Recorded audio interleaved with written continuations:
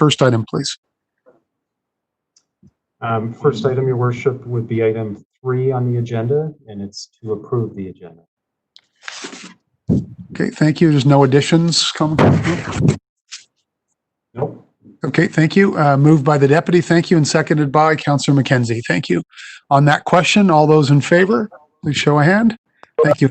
Anyone contrary minded? Not seeing or hearing anyone. Thank you. The motion is carried. Next item. Item 4, disclosures of conflict of interest. Okay, by show of hand, does anyone have a conflict of interest on anything tonight? Okay, not seeing any. Thank you. Next item. Your Worship, next item is the consent agenda. Thank you. Move 5.1 to 5.5 inclusive. Thanks. Moved by the deputy. Thank you. Seconded by Councillor Reardon. Thank you. And then Councillor Reardon, do you also have a question? Thank you. Councillor Reardon, go ahead. I see you, Councillor Hickey. Go ahead, Councillor Reardon. I have a question on 5.3, which is Enbridge Gas. Is Barb available? Actually, City Manager, would that be to the Commissioner, or who would handle those questions? Your Worship, both the Commissioner and Ms. Barb Crawford are on the line ready to answer the question. Okay, thank you. All I was wondering is I see that they're going to attempt to move, or not move, but in the future, if putting in the utility, it will go on another side of the building other than on the side of a building in the uptown area. But I was hoping to get that for the whole city. So I'm wondering if they looked into what the language was for other cities that have that. I haven't noticed that in any other cities, and I think in Halifax, you can't put it on the front of any building. And so I'm curious about that. And then it says in here that there's also a pavement degradation fees, and it's scripted by the bylaw. So I'm curious about that because they can make a cut in the pavement and repair it. But when you have a sheet of pavement, like a sheet of anything, it has integrity. Once you cut it and you put a seam in it, you have less integrity, or you can easily get a problem. So I'm wondering, so just to repair it is often not good enough. It breaks down later or whatever. So I'm wondering if those two things could be explained to me. Thank you. Commissioner, are you going to take a crack at that, or? I'll allow Barb Crawford to field that one, please. Okay, thank you. Good evening, Your Worship. Councillor Reardon. So to answer your two questions, in the heritage area, you're right. We've put into the agreement that they will make every attempt to put it on the sides of the buildings instead of the front. It is consistent with every other major municipality in New Brunswick with the same language. The heritage areas will be the same for Fredericton and Moncton, but otherwise, front of the home is standard based on any conversations they may have with the homeowner. It just shortens the length of the overall service. So with respect to your question about the pavement degradation fee, as prescribed by our excavation of streets bylaw, anyone who cuts our asphalt within the last 25 years of the City of St. John paving it is subject to a fee based on square meters of anything that they've disturbed. And to your point, that's to compensate the city for the seams in the asphalt and the need for us to repair it sooner. So Barb, would that, so they repair it and then they pay the fee on top of that? That's correct. Okay, all right. That's great. Thank you, Barb. Appreciate it. I don't have another question for you though, but thank you. I have a question about 5, I think it's 4, which is the written reports. I'm just wondering if Harbour Station put one in. I didn't get one. City Manager. It's not in my kit. I couldn't find it. No, we didn't. We did not receive one from Harbour Station in time for this. They still owe us a report, and we will be tracking it down. Thank you kindly. Appreciate it. That's it for questions for me. Okay, thank you. Councillor Hickey, did you have a question? And then I see you, Councillor Merrithew. Councillor Hickey. I do, Your Worship. Thank you. Certainly concerning about Harbour Station not putting in a report in time when we're July, and these are May reports anyway. A couple questions about 5.4 specific to Just a couple of concerns come up for me when I'm looking at this, and I'm looking at budget line items based on occupied space and submission. I mean, when I look at the report from the police commission, I mean, I'm really disappointed. We're talking about a $26 million budget line item, and the semi-annual report is 2 pages long. I mean, I've got serious concern about that. And then on top of it, I've got questions as to why a current issue is increased engagement with community groups and individuals as a result of recent events. I mean, how is that a current issue? It sounds spectacularly positive to me because it's exactly what the commission needs. And I guess the question I would have for staff is, does council have an ability to request more out of these reports?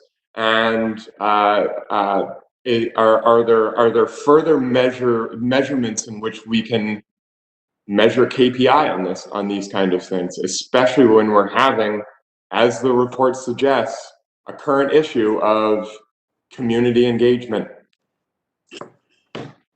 City Manager? Your worship, through you to the councillor, a couple thoughts related to the essence of your questions. First of all, for all of the reports from the economic development agencies, we are going to see significant change moving forward. As you know, this evening, council will deliberate on whether or not we have a regional economic development singular agency moving forward. And if we don't, we're going to have something else moving forward. So there's going to be a complete rethink on the economic development front, including far more intellectual rigor, if I can use that term, in terms of key performance indicators, stated objectives, etc. For all of the other commissions, you will recall that we are in the process of doing a fundamental review of all of our commissions. Our weight of effort right now are on the ones that, to be blunt, are costing us the most money. And that is TD Station, Harbour Station, Canada Games Aquatic Centre, the Trade and Convention Centre, etc. That is where our focus is right now. We will be coming back to council in the not too distant future with concrete recommendations on those particular commissions. As for the others and questions that you highlighted, should a commission have more of a reporting obligation than they currently have?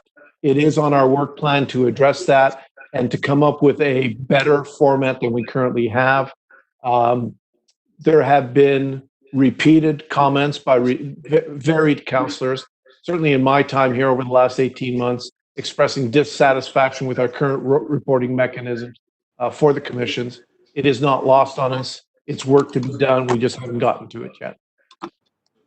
City managers, there are an ability now to, without a specific framework from council on this specific issue, given that it is our largest line item within a commission at 25.5. Do we have an ability now to say this report isn't good enough? Well, I think you need to be careful there, councillor, because the commission, in the case of the police commission, is an independent body. And therefore, what council can and cannot do in terms of that commission is bounded in law and past practice, etc. So I would suggest no, it's not as simple as simply saying it's not good enough. Well, I'll jump in there as a member of the police commission, city manager, and through to you, Councillor Hickey. You can certainly give feedback to your two colleagues that are on the police commission. I think the reports and some of the comments that you're making tonight are illustrative of if it's just going to be a report. So it's good to have these kinds of comments and conversations. If it's just going to be a report that's received in the kit, I think, it's whether it be whether it be police or TD station or any of the other reports, if that's all it is, then we're not perhaps doing our job from a governance perspective. So the mechanism today is that you certainly can give your two colleagues feedback, and I'd be pleased to hear your feedback, more specifically if you'd like, tomorrow, or call me. But it also, I think there's going to be an article in the Telegraph Journal tomorrow that speaks to some of the handcuffs that exist in the options related to police governance and oversight. So it's a broader conversation perhaps than in the consent agenda. But my comment, City Manager, is this council can ask you to have ABC reports changed in a variety of ways, right? Yes. Yeah. Well, I appreciate your comments, Your Worship, and I would say that I would feel that this report that we received from the Police Commission here is unacceptable, given both levels of community engagement, but even beyond that, just the conversation that this is a $26 million line item of which we only have 2 annual reports on, and if this is half of it, we're talking about 4 pages in total annual reports. Yeah. On $26 million. I have a big challenge with that, and I certainly am looking forward to having further discussions on how these reports can be better delivered. Okay, thank you, Councillor. Deputy Mayor.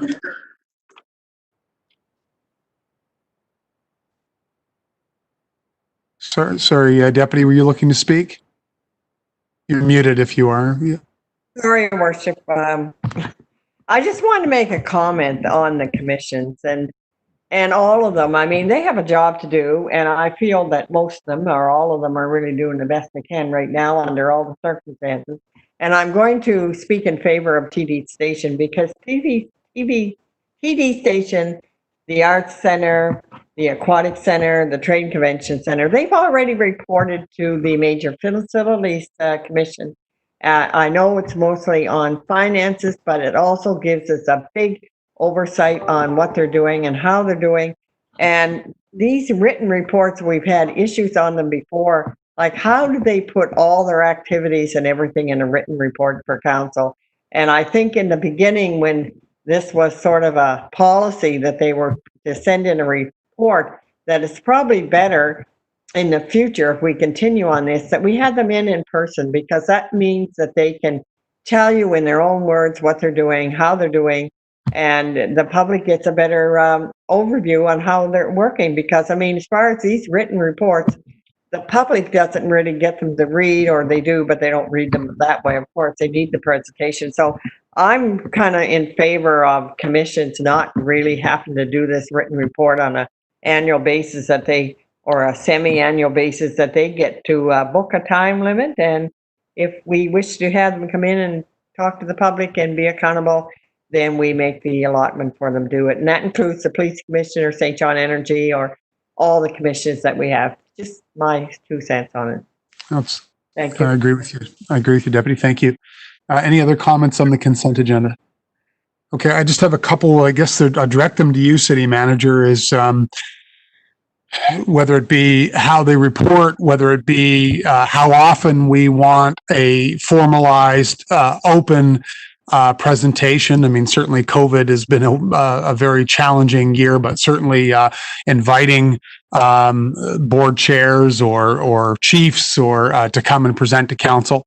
I think what I'm hearing in this conversation tonight is the desire for enhanced governance, for change, for reform, which I agree with wholeheartedly. My comments are around, I've read the reports. Obviously, we're in a very difficult year. There's no playbook for it. We're somewhere between $4.5 and $5 million in economic impact alone, just for COVID-19 related. You and your team, City Manager, have had to pivot and adjust and make massive change. City Manager, how are we monitoring this? We have, my words, I suspect we would have very little capacity for surprises in October, November, December. Could you share with council, and I guess by default with the public, how are we managing the emerging issues, the financial issues in particular? That's really the nature of my question, so that we try to land the plane at the end of the year here with the only level of government that must balance its budget. So could you just give us a few comments, sir? Your Worship, to all members of council, first of all, you're absolutely correct that we will be not well positioned to deal with surprises in November of this year. And therefore, we are working very hard not to have those surprises. We have undertaken it's become routine now, of a regular recurring financial review of our situation. I think we're on number 4 or 5 at this point, depending on how you count them. And in fact, all of the various entities provided their latest data at the end of last week, and our Commissioner of Finance and his team are doing the number crunching again in time for Finance Committee next week on the next iteration of that. That financial work that we are doing on a regular recurring basis is what is leading to the adjustments that we are doing, whether it's the opening or closing of ball fields or anything else that's within our purview. Included in those financial reviews is feedback from all of these various commissions that we fund. And therefore, no, I do not believe we are at risk of surprises in November. We are monitoring their financial situations very closely. I know the Regional Facilities Commission at their last meeting also received briefings on the financial situation of the various regional facilities, but there are, of course, other commissions other than the regional facilities. So short answer is we are monitoring it. CFO and his team are paying attention to it, and we are factoring in their assessments within our overall financial assessment for the city.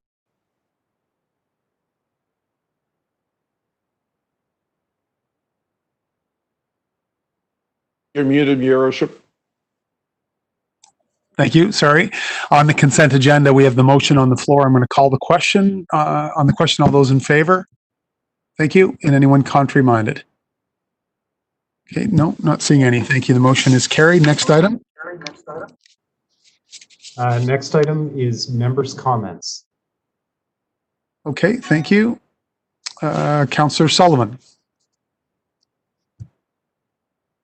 Thank you, Your Worship. First, thanks to all the staff involved with, I guess, Germain Street's pedestrianization on Saturday. My family and I hung out for quite a while, enjoyed some ice cream and some food, and just some of the music and laid-back atmosphere that was going on. I look forward to more of it. Lots of people coming and going.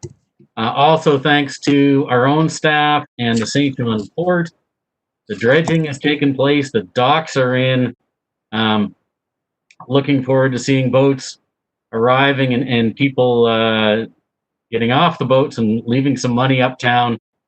Some of my own contacts, I've had some yahoos and thank yous to the city from some friends in Digby, Nova Scotia. So I expect to see, with the Atlantic bubble, some boats coming across now that they know they can tie up somewhere while waiting for the fall. So looking forward to that. And finally, you mentioned my mask, Mr. Mayor, and I'm just wearing it for a bit as a reminder for everybody. You know, we are, knock on wood, doing a whole lot better than many jurisdictions, but the reason we are doing better is because we're looking after ourselves. Just a reminder, if you can't keep the social distance, and as the signs on Germain Street reminded us, you have to keep a Don Darling between you and anybody else. Make sure you wear your masks. It's no problem. They're comfortable, and with a little bit of creativity, I've got my Hogwarts mask on tonight. I left my Patriots one in the truck. So with a little bit of creativity, they can be fashionable as well. So that's it. Thank you. Thank you. Thank you, Councillor. And if I could just add to the dredging project, I'm not sure if you said it or not, but just a thank you to our city partner in Port St. John for that partnership on Market Slip. So thank you. That's the first time in, I think, about 10 years that those docks have all been in. So thank you for that. Councillor Hickey. Thank you, Your Worship. I had a good list going of things, and Councillor Sullivan pretty well systematically checked each one of them off as he went through them. But certainly wanted to highlight open streets, encourage everyone, not just folks uptown, to make sure you're spending time in the uptown on a Saturday, right in the middle of the street. It's a beautiful way to spend the weekend, and certainly also for the public. And thanks to staff for mobilizing quickly on this, is our community partnerships with flower planting. So if you are interested, there is mechanisms in place now, which is really exciting. Certainly, market slip is great to see the docs and lots happening in Ward 3. And certainly on a global note, certainly I wanted to highlight, and I've been thinking a lot over the weekend, of the loss of Congressman John Lewis in the States, who was a huge figure in the civil rights movement, who was a partner of Martin Luther King Jr., who, his most known phrase, I always like this one and use it as a guiding principle and in my life, is to always get into good trouble, and make sure we're challenging the status quo. And especially when we're having community conversations around Black Lives Matter and things like that, to make sure that, especially us as a governance committee of sorts, making sure that, what we did in our last council meeting, passing bylaws and passing motions around diversity and inclusiveness to make our community a better place to live in. Every single time we do that, we're pushing that forward and we're bringing forward that agenda.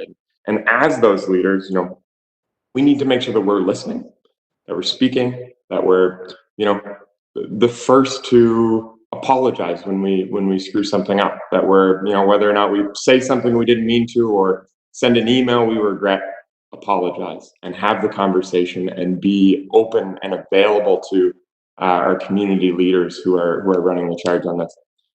That's all for me, Your Worship. Thanks very much. Thank you.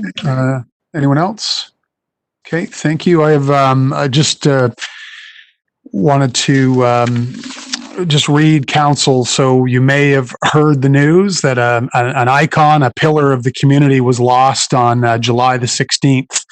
Robert Bob Murray Scott. If you don't just need to be a West Sider to know that name, I just wanted to send on behalf of council our condolences, but I just wanted to read just quickly to honor Bob. Bob was a proud alumnus of St. John High School, where he completed his education in 1955. He had several jobs prior to founding RM Scott Insurance Limited in 1968. This was the beginning of his lifelong career as an advocate for community involvement. Bob volunteered his time with numerous organizations, corporate and community boards. As a senior organizer with both the federal and provincial Conservative parties, at the time of his passing, Bob was chairman of the board of trustees of St. Mark's United Church and a trustee of the Turnbull Home. Throughout his life, Bob served as chairman of WorkSafe New Brunswick, St. John Loyalist Days, and as a director of the St. John Port Corporation, the New Brunswick Children's Foundation, and the New Brunswick Alcohol and Drug Dependency Commission, to name a few. Bob believed in giving back to the community in which he lived and was honored to be a recipient of the Queen's Golden Jubilee Medal. He anonymously contributed to many charities and families in need, never looking for the glory of giving to others. Bob was an avid sportsman. He enjoyed all outdoor activities, including boating, hunting, fly fishing, four-wheeling, snowmobiling, and skiing. Bob also enjoyed his alone time at his camp in the woods. His cherished and most precious moments are time spent with his dear wife, Sandra, at their home in Florida and Gorham's Bluff, as well as cruising and touring North America and Europe. Family was by far Bob's number one priority. He always ensured that he had quality time to spend with his children and precious grandchildren. Bob consistently offered a willing hand, sound advice, life lessons, support, and freedom for his children and grandchildren to fly on their own and find their own way. He was not only a father, a father-in-law, a grandfather, but also a friend to his children and grandchildren. Bob will be lovingly remembered by his children, Robert B. Scott, married to Shelley, Jeffrey Scott, and Jennifer Scott Bradshaw. His grandchildren, Robert, Allie, sister Winifred Clark, as well as several nieces, nephews, and members of his extended family and friends. To say I was shocked by the news when I heard we were away last week, so our condolences to the entire Murray Scott family. Okay, thank you. Final call. Oh, great. Next item, please, Common Clerk. Next item, Your Worship, is a presentation, item 8.1 on your agenda, and it's Ernst & Young presenting the St. John Operational Review. Just before we move there, Council, I'm going to ask, I think this is an incredibly important topic. I think it deserves appropriate time. So I'm going to ask that we suspend our procedural bylaw, which will give Mr. Francoeur from Ernst & Young the appropriate time. I think it's we've been told around 30 minutes or so for the presentation up to, but also giving ourselves, council, appropriate time to ask questions. We will not go around all evening, but I certainly want to make sure that council also has appropriate time to ask their questions. So I need a mover of that. Thank you. Councillor Hickey, seconded by Councillor Merrithew. Thank you. And on that question, by show of hands, please, all those in favor? Thank you. And anyone contrary minded? Okay, thank you. Not hearing any. And City Manager, over to you.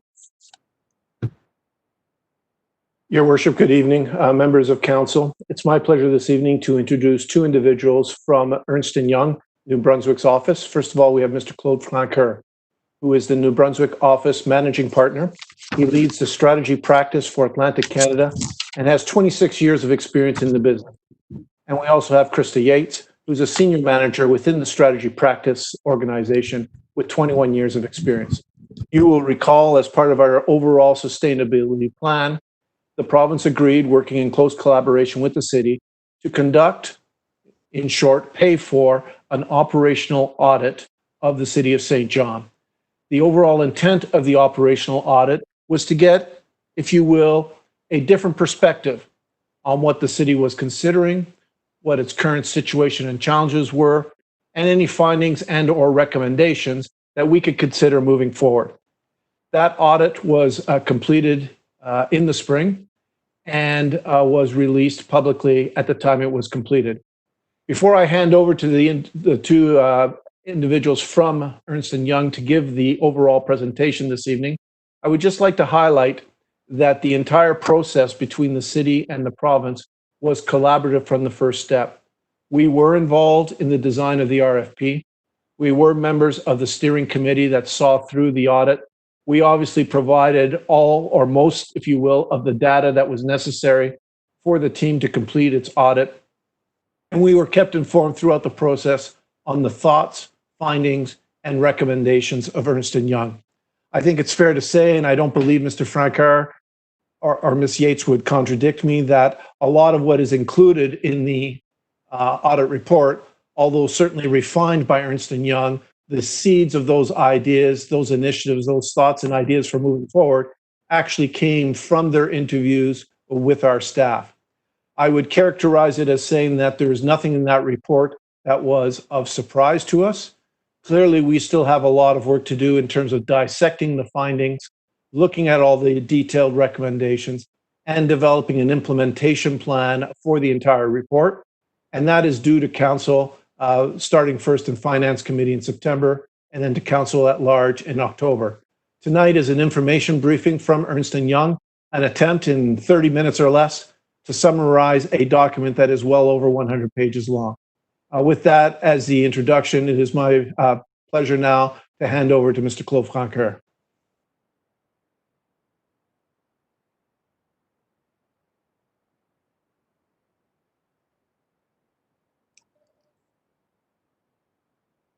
And you are muted, Claude, there, if you... Okay, can you hear me now? Yes, sir. Okay, very good. Thank you very much, John, for this great introduction. Thank you, Worship and councillors, for inviting us to present the results of our operational audit. Obviously, although this was completed back in March, with the advent of COVID that had an impact on many businesses and organizations, we understand that you had other priorities that you needed to focus on. That being said, we've already seen that the city is taking steps to start moving forward on some of the initiatives that were identified in our report. And so, as John mentioned, I basically lead our strategy practice. I have been with UI for over 24 years, and as part of this process, we had to qualify as the city and the province were looking for advisor and provide relevant experience that evidence our ability to do these municipal reviews. And I assure you, you're not the only municipality that's been experiencing some fiscal challenges, and we have been helping many municipalities across Canada, basically looking at how they might be able to deliver services differently to address some of their fiscal challenges. I think I'm not going to repeat the situation for the city, as everybody is well aware of the challenges associated with the annual deficit. And so really our goal was to basically kind of provide an overview of the key opportunities that should be pursued. So maybe without going too far, I'm going to ask my colleague to introduce herself. Good evening. My name is Krista Yates. I've lived and worked in St. John the past 15 years, and I've been leading strategic and operational reviews, very similar to the one that we recently performed with the City of St. John for the past 10 years. I'm a leader in our strategy practice, and I have over 20 years experience, and it's a pleasure to be with you this evening. Thank you for the opportunity to share our report. Thanks, Krista. And so, as I mentioned, really what we've tried to do is also summarize 100-some pages report into basically 20 slides for you this evening, which really brings the salient point of our report. And we will basically focus on presenting a few of the key case for opportunities that we've identified. We also recognize that focusing on these service areas is not the total part of the story that will support a sustainability going forward. There are many of the business cases that we've raised that rely on basically sustainability enablers that Krista will describe a little bit further down the line. So there's no question that there's some important labor relation challenges to address.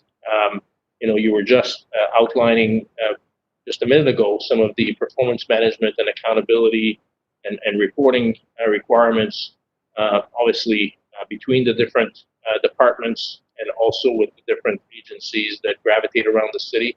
We believe that that's really important, and so I think you're right in asking those questions. There's some governance and structure issues. We know that tax reform has also been very important, although that's not an area that we focused on in our review. We believe that that's something that needs to continue to be addressed. Regional collaboration, you'll see that many of our case studies outline the importance of basically putting formal agreements in place with our neighbor municipalities. And then finally, culture is the last one. The opportunities in our report were really grouped into three specific areas. And so first one is around debt reduction opportunities, which really is associated to the opportunity to dispose of excess plans, look at different ways to perhaps monetize municipal buildings and maybe alleviate some of the operation costs. We understand that you're looking at that already, and so we tried to make an attempt at identifying what would be the potential value. We believe that some of those values may be quite understated because it was based on an assessment value as opposed to a real analysis of the market value. Now, we also understand that with the impact of COVID, some of these market values could be impacted. The next bucket was really cost optimization opportunities, which was quantified in the range of 12 to 18 million. And most of these cost optimization opportunities would be realized through the basically adjustments in wages and benefits, different operating costs being overtime, energy, fuel, maintenance, use of material, reduction in time in lieu, grant funding, and an opportunity also to explore the reduction of unit costs for different procurement activities. So we'll expand on that in a few minutes. And then finally, the third bucket was really, I think there's an opportunity for the municipality to enhance its revenue generation capacity. The majority of the revenue generation opportunities that were identified are related to basically collecting a dividend from St. John Energy, but there's a number of other smaller but still fairly significant revenue opportunities that were considered and will also be highlighted as part of our business cases. So what I'd like to do here is, obviously our approach relied initially on the benchmarking analysis. So I'll let Krista expand a little bit on basically how this benchmarking exercise was conducted. Thank you, Claude.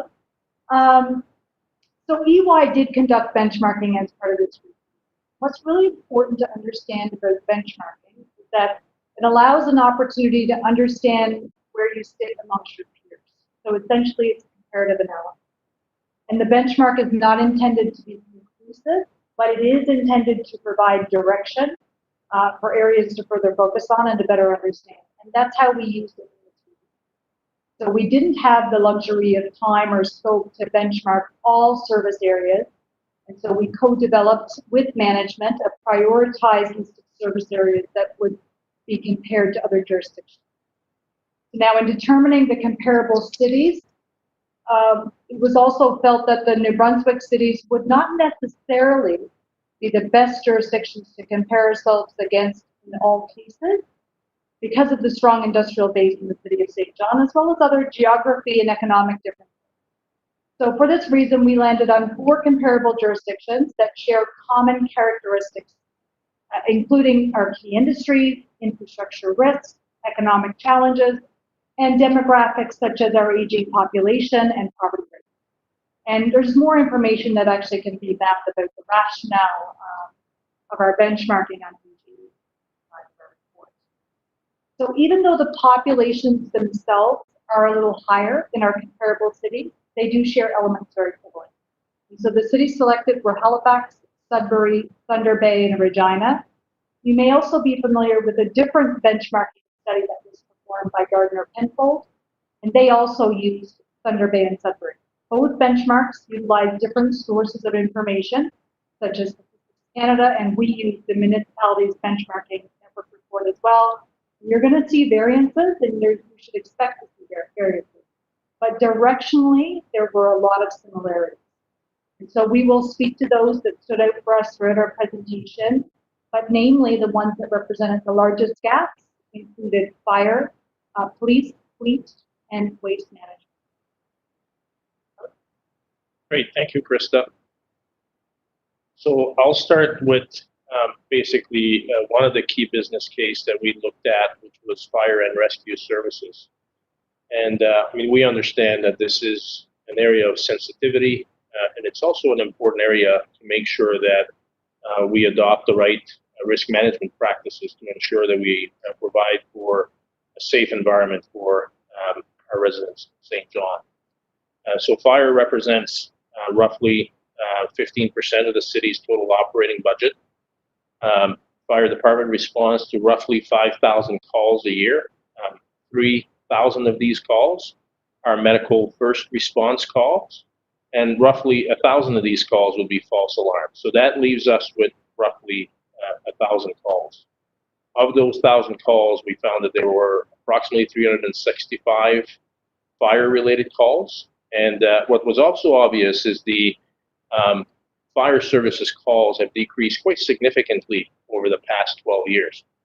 And I think that's a testament for the great work that the fire department has done in moving towards more of a preventative approach. And so we do see this as a leading practice and certainly something that should be continued. When you look at any standards, certainly the NFPA standard refers to the need to have proper fire prevention. That's certainly a key risk mitigation measure. The benchmark, however, did highlight a fairly significant gap. So our current spend per capita in St. John is $346. And when we compare it to the median of the benchmark municipalities that Krista highlighted, the median came up at 180. The Gardner Penfold report also included another municipality, which was basically Sarnia, Ontario, which is known as the Chemical Valley, with a heavy industrial base, significant refineries, and so on. And Sarnia came up with roughly $195 per capita. So if we were to seek to achieve a benchmark of, let's say, $200 per capita. It means that we would be looking to reduce the spend on our fire department by $10 million. I want to stress the fact that that is not what we recommended. We understand that there's a scale effect as well with regards to population size when you're looking at these benchmarks. And so what we recommended is really to pursue a target of reducing costs for the fire department by roughly 50% of that gap, which is equivalent to $5 million. There's a number of things that we've noticed that other municipalities are doing to try to achieve a lower cost. I mean, we've even seen Halifax using a combination of career and volunteer firefighters in the urban core to support basically a lower cost structure. We've also noticed that other municipalities don't have as stringent rules baked into their collective agreement with regards to the staff complement that has to basically leave the station on a truck. And so in our case, we are required to have 4 firefighters on a truck in order to leave the fire station. Otherwise, the truck is stranded. And you'll see that, unfortunately, that adds a layer of complexity as you're looking to pursue alternative ways to respond to a first response medical calls, where other municipalities are dispatching a lighter vehicle with 2 firefighters to respond to medical calls and allowing the flexibility for that unit to basically join the team if they have to respond to a fire. So we think that there's significant opportunities to relook at some of the limitations in the collective agreement to regain some flexibility so that services can still be delivered efficiently and provides management the ability to adapt. We were also surprised when we asked the question as to whether there was an independent and objective risk analysis, a community risk analysis performed in the city in the past few years. And unfortunately, we weren't able to identify one, so it hasn't been formally completed. And we believe that that's something that needs to be done. And risk is also something that evolves over time. And so, and you know, as a result of executing risk mitigation strategies, and so we believe that that is something that should be performed on a regular basis, but it also should be performed with a level of objectivity. And so we provided recommendations for how we're suggesting that that be performed. For example, there's been several highway improvement. We've got a new interchange that's also facilitating access to certain part of the cities that didn't exist 40 years ago when some of the fire stations were originally created. I've already talked a little bit about some of the opportunities around medical calls, so I'm going to skip that. I'm really going to get to the core of the recommendation that we've issued, which is really to look at having more flexibility in the staffing model and also to consider infrastructure rationalization in order to achieve basically getting closer to the benchmark. And really there's a three-pronged approach that we've looked at. The first one being that we are staffing currently 2 crews here on the Station 1 in St. John. And so if we were to staff only 1 as opposed to 2, we could reduce 16 full-time positions. We also identified that an additional 16 positions could be eliminated if we were to close one of the fire stations, either 6 or 8. We understand that there's been discussions around closing the station in Milledgeville, and certainly that is one of the options that we've identified. But I will show you a bit later on that there may be other opportunities to look at. And then finally, on the outskirts of the city, where we don't have as much access to fire hydrants, we are currently staffing basically a tanker truck, and in addition to 4 firefighters on the engine. And so we're recommending that, to allow basically 3 firefighters to bring the engine truck along with the tanker driver would also offer the opportunity to reduce an additional 8 FTEs. So that's where we came up with basically the range. The other piece that came to our attention is that currently the fire department receives a budget to staff up to 32 holiday relief. And based on our understanding, only 22 are being staffed. So I think there's an immediate budget reduction opportunities of roughly $500,000 to $600,000 that could be explored. And then finally, we think that it's really important and it is a recommendation as part of the standard to document mutual aid agreements between neighbor municipalities and even members of the industry that may have a capacity. And I think that is certainly something that could be considered as part of our fire response capability. I know there's been a lot of attention on basically, whether there are standards that are being used. And so I wanted to share with Council certainly some of the highlights of the NFPA standard, which is a national standard that's recognized for career firefighters. So there are two standards. 1710 is for career firefighters, and 1720 is typically for volunteer fire department. The main difference between those two standards is that the volunteer fire department allows for smaller minimum staff requirement to respond, and typically adds about a minute in terms of response time, and basically has an objective to meet that is a little bit less. So it's an interesting piece, and obviously for us, I think what would be most important to look at is certainly 1710. But what I thought was interesting is 1710 is completely silent as it relates to minimum staff to respond or response time for suburban areas as well as rural areas. And so I think certainly can be used to inspire ourselves to determine whether certain parts of the city would qualify as being more of a suburban area, i.e. less risk, having a population of 500 to 1,000 people per square mile, versus what is being considered as an urban area of greater to 1,000 people per square mile. And that drives obviously a different minimum requirement of staff to response, as well as expected response time. The other piece around the risk analysis is the standard speaks to the type of structures and also identifies the typical crew size that should be deployed for these types of structures. And it further identifies what is considered to be a high hazard occupancy versus a low hazard occupancy. So I've shared this with Council just so that you have that in the back of your mind. What's clear is even today, if we look at a high hazard occupancy as what's being described, you would need an effective response force of 42 to 43. And so that could be problematic unless we actually have agreements with other municipalities to be able to respond to those.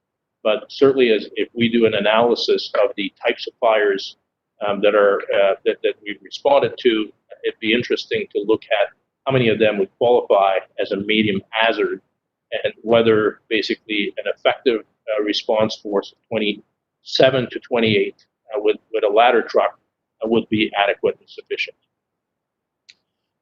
So I think there's a few questions that certainly this council and management have to ask themselves.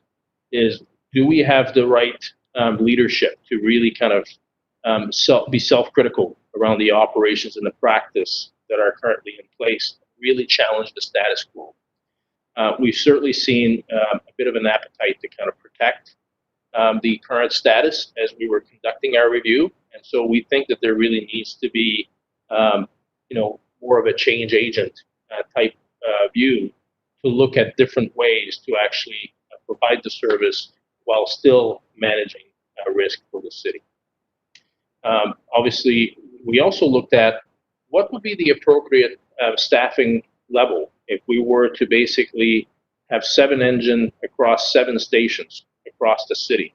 So that means that we would not be closing any stations, but we would be operating basically 7 engines with basically 7 stations, respecting the 4 firefighters per truck.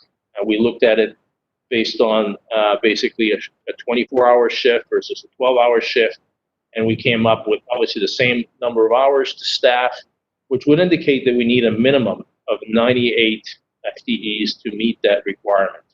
And obviously, if we add to that our chief and deputy 2 platoon chiefs to oversee 7 stations across that period of time and maintain our investment in prevention and investigation, it would provide us with a requirement for 114 FTEs, and we currently have 144.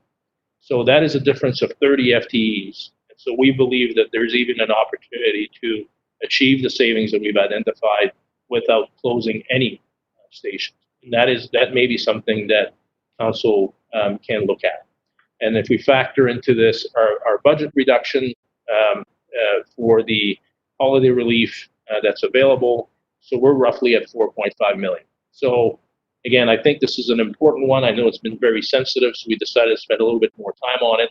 And I really wanted to expand a bit more on basically our knowledge of some of the standards that currently exist. So that really gives you some options to look at. The next piece that we looked at is police services. And so police services also represents a significant component of the budget. They respond to 55,000 calls per year. Now we recognize that those types of calls and response are completely different than fire, but it was interesting to kind of do a contrast between the number of calls that fire responds to versus police. What we have also discovered is that the gap between the benchmark and the current cost was a lot less. And so our current cost per capita is $373 compared to the median cost for the comparable municipalities that we looked at $332. So if we were to seek to achieve the benchmark for police, we would need to reduce our cost by roughly 2.8 million. So clearly not as significant of an opportunity, but still we think that there is an opportunity with regards to the police department as well. I think the other piece that's important is we have a small province. And so when you compare certainly benchmarks with some of the other municipalities that may actually have a population almost twice the size of the province, there's no question that some of these municipalities realize certain economies by not having to duplicate certain functions or specialty within their police force.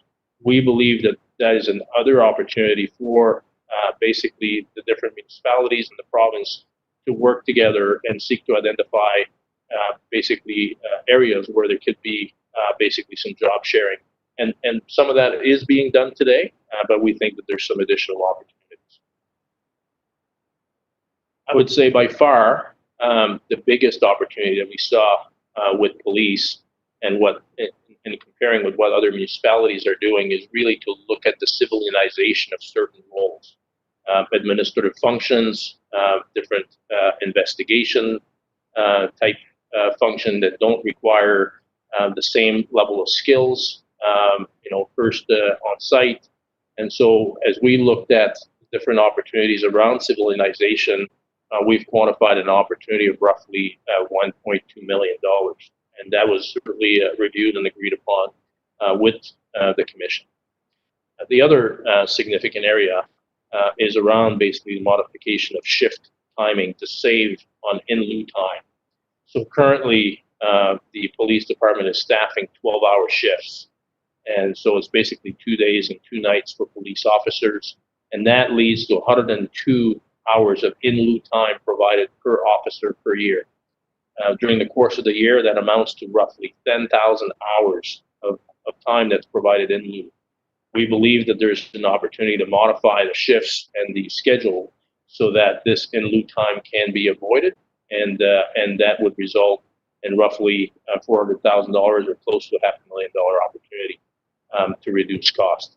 And so those two combined would basically produce approximately 1.7 million.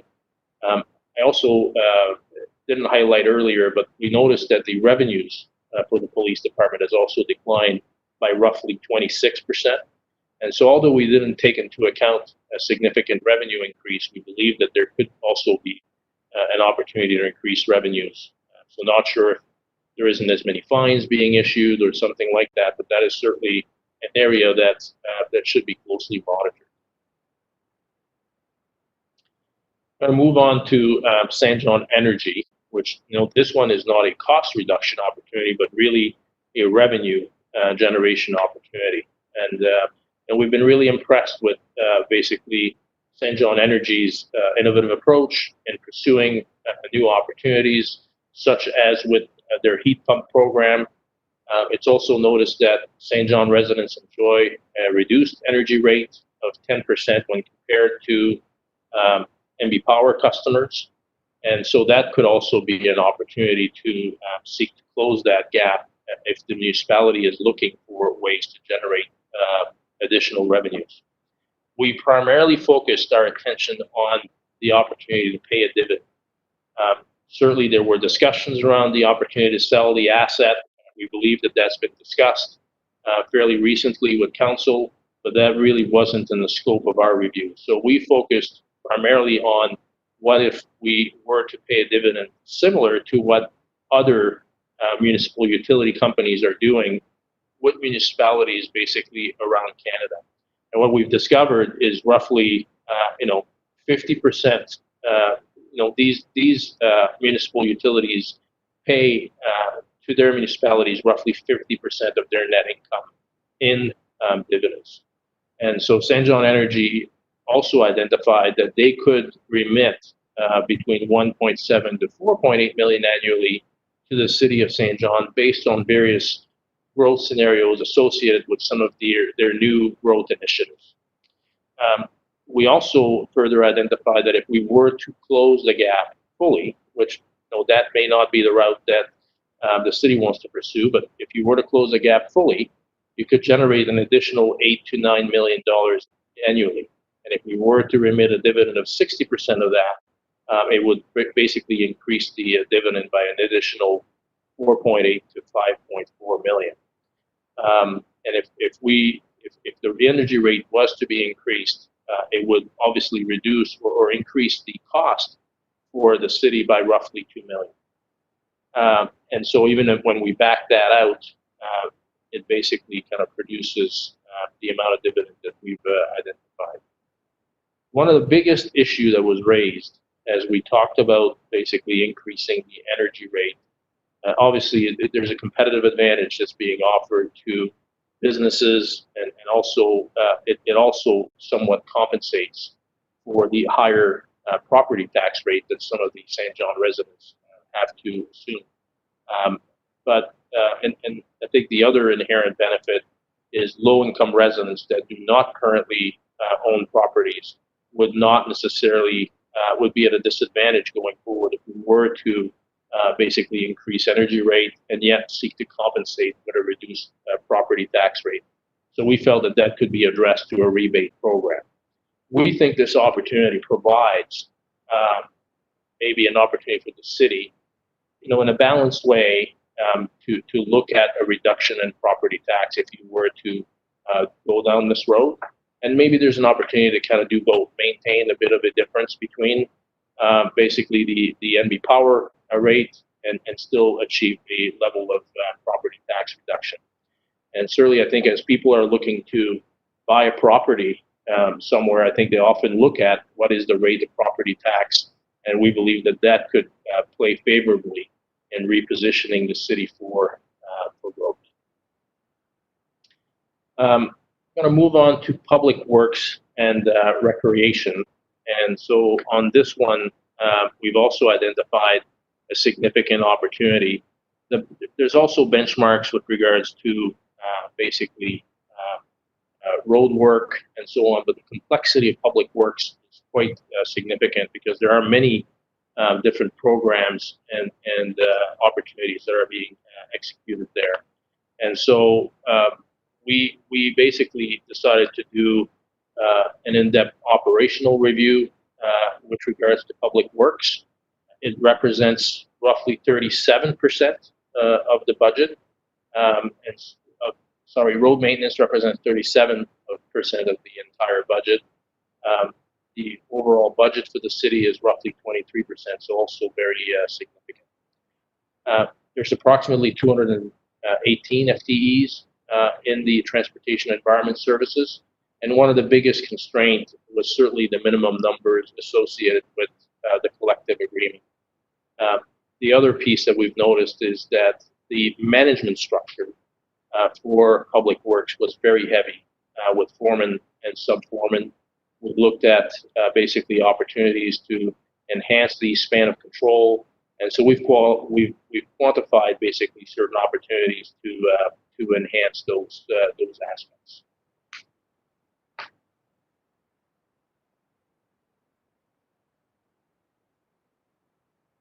All right, my computer is frozen, so I'm going to try to move the slide. So just in summary, the opportunities that were highlighted related to basically solid waste management. We identified a cost saving opportunity of roughly $350,000, and also a revenue enhancement opportunity of approximately $550,000. Basically, the cost saving would be related to I think an initiative certainly that the city is looking to pursue, which is an automated cart pickup. I think it would certainly help also alleviate some of the physical strain on some of the employees, and to also look at basically selling a bag tag for excessive waste. And that is certainly an approach that's being used with other municipalities, and certainly something that could be explored here. We also looked at winter road maintenance, and so another $500,000 opportunity that's associated with basically balancing the night and day shift more appropriately. We believe that obviously in winter road maintenance, there's more work that has to be done around night shifts. So really having the flexibility to manage staff differently could contribute to some significant savings. Further on around winter workforce reduction, because of the restriction in the collective agreement around the minimum numbers and the no layoff clause, there's an excess of capacity of workforce basically during the winter months. And so really having more flexibility around that piece would provide an opportunity for the city to achieve another $1.2 million in savings. And I think the last big piece that we identified is really transforming the role of the foreman and then to look at further overtime reduction. And that relates to basically kind of improving that span of control that I've mentioned earlier. And we believe that with the introduction of a non-unionized superintendent role, there would also be an opportunity to improve productivity in the management and pursue more operational efficiency initiatives. And we've quantified that opportunity to approximately 1.2.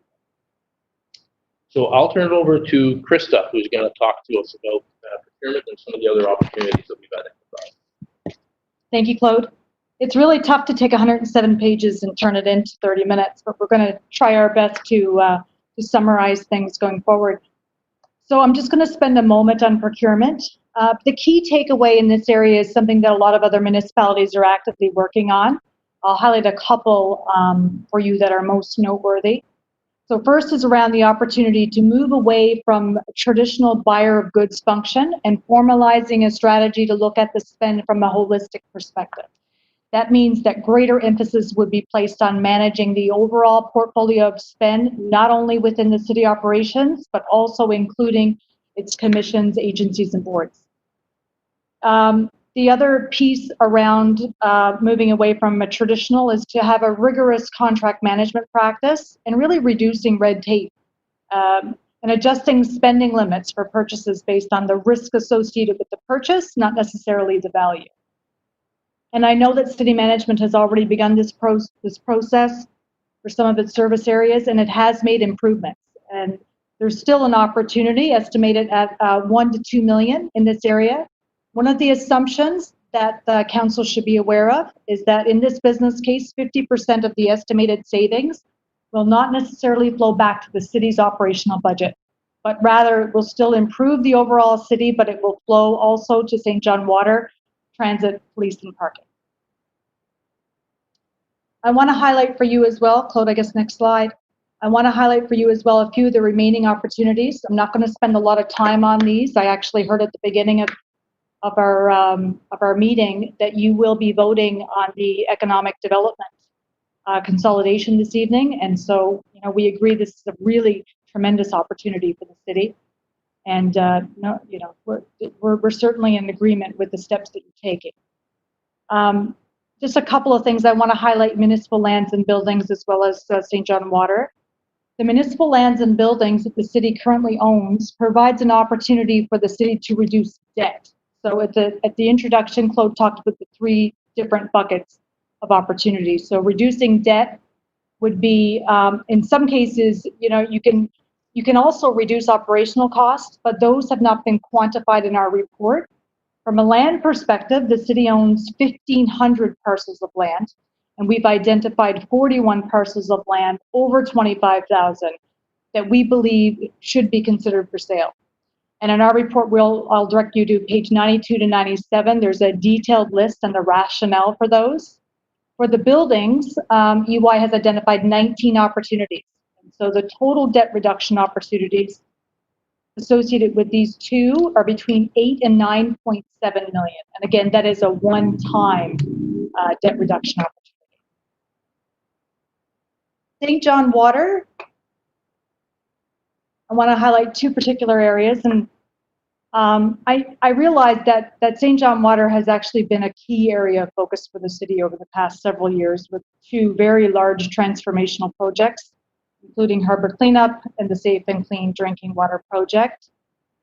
In our analysis, we did reveal that St. John Water has the capacity to operate with fewer resources, namely water services and the operators. And at the time of our report, Local 18 was in negotiations with the city. And I understand now that there's been an agreement that's been made which will allow St. John Water to actually minimize their workforce through attrition over the next period of months and potentially years. And so I think that the opportunity that we had in there will actually be achieved through this particular change. Next slide. One of the things we realized very early on was that some very critical structural elements that are really foundational to most, if not all, business cases needed to be addressed for long-term success. And so in the spirit of time, I just want to be conscious of your time this evening. I'm going to highlight 2 of those 6 key enablers. So labor relations, the first one. And there are 2 specific areas in our report that we recommend specific actions to set yourself up for longer-term progress. The first one, which is no surprise to council, is binding arbitration. You may be fully aware of the current initiative that's underway to include a municipality's ability to pay as part of its negotiating process. We think it's important to translate a set of criteria that both the city and the province can co-develop and implement. And when you think about ability to pay, in and of itself can be ambiguous and unclear and potentially unimpactful. So the translation to a set of meaningful criteria will be essential. The second piece is the recommendation to strengthen the negotiation planning activities in advance of all bargaining processes. So the city has already progressed in some areas by implementing training, looking at the skills of their negotiation teams, improving their performance management processes, and more so even the consistent application of this process, as well as a focus on business continuity planning. Management has also taken a holistic approach and a long-term view on how it's going to align its negotiations with its sustainability goals. And again, as I just mentioned a moment ago, recent solutions were agreed upon with negotiations between management and Local 18. And this is a clear example of tremendous leadership by both the union and the city to align priorities and to modernize the terms of the agreement. And so this couldn't really have occurred without both sides being committed to, solving the problem, understanding each other's position, a high degree of transparency, and a strong relationship. And so I want to commend you, both sides of the leadership on that work. does recommend that management perform a comprehensive labor landscape analysis to support each set of negotiations, including review of wages, benchmarking, and an inventory of any arbitration decisions. You know, one of the ways union negotiations have been successful historically is because of the national expertise and understanding of the landscape that has been developed over time. And we suggest that, you know, St. John and other municipalities actually come together to strengthen their negotiations collectively as well. We're not suggesting that you look at things from an us versus them, but as a way to modernize the terms of the agreement for betterment for both the employer and the workforce. You know, members of our union also want greater flexibility. They want growth based on performance and not just on seniority. So this is a nice bridge to the last key enabler, which is regional collaboration, which I know the council is spending a tremendous amount of time speaking and talking about and discussing. And really the same guiding principles for negotiations also sit underneath regional collaboration. Our city is very small, 68,000. We have a shrinking tax base and a real opportunity to join forces with other municipalities to improve our viability, but more so to stimulate growth. And so a few key opportunities for collaboration include economic development, procurement, tri-city procurement opportunities, shared services, mutual aid agreements for fire and police. There's also opportunities to share resources and assets for fleet, water, and waste management as an example. So Claude, I'll pass it over to you for a conclusion. Great, thanks, Krista. So, as I mentioned at the front end of this presentation, change is not. Obviously, you've already done a lot of changes, starting even a few years ago with some of the pension changes that you had to make and things like that. We believe that the city is on the right track, but we believe that really the focus needs to be still on some of the large transformation changes that will set up the city for success. I think what's most important is factual communications, free from bias, which will be essential to support the execution of transformation initiative. And the more facts and transparency that are out there, the better, which is why we thought it was important to also share our understanding of some of the 5 standards. We think that that's going to be critical. Obviously, reduction in staffing can often be interpreted as a reduction in service, but the fact is that many businesses today are having to think of different ways to basically deliver the same services more efficiently. That's part of what makes us competitive, and it's certainly been something that many businesses are going to have to relook at how they deliver service. We just need to look at our restaurants and how that community has been impacted with COVID, and how how some of the local businesses have adjusted to provide online shopping opportunities and so on. So we really think that it is an opportunity for the city to look for innovation and look at different practices and seek to identify ways to deliver the services more efficiently. And so with that in mind, I know we've had to speed through this pretty quickly to try to respect our 30 minutes. I think we are slightly over, so we thank you for your indulgence, and we're ready to answer your questions. Okay, Claude, thank you very much. And Krista, thank you for that presentation. You were a bit over, but it's such an important conversation. So anyway, thank you for the presentation. If you could stop sharing your screen, that way I can see who would like to jump in and ask questions. That would be helpful for me. Thank you. I'm trying. Yeah, no problem.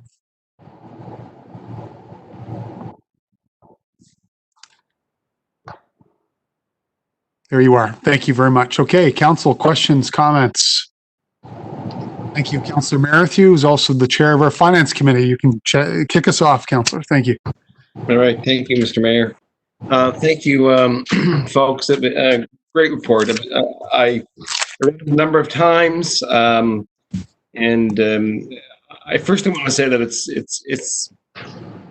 it's unbiased, factual-based evidence report that supports what we've said for a long time now, even back to city manager Jeff Trails, I called it his white paper. And that it said exactly, not in the detail you folks are saying, okay, but exactly what you're saying, that in fact, we called for fair taxation and municipal reform and regional collaboration and labor relations have to be modified. All of that was in Mr. Trails' report, so I was glad to see that. I do have been a number of comments, I'm sure that every councillor and the mayor has gotten them, that go back to the comparables, and I just want a quick note. You can comment on if you'd like. Is that although I think they're good comparables, we're not identical to those other municipalities, and therefore, although I think every one of these suggestions in your report must be identified and looked at, we know that perhaps the fix of these suggestions aren't exactly what you're stating there. Would you agree to that?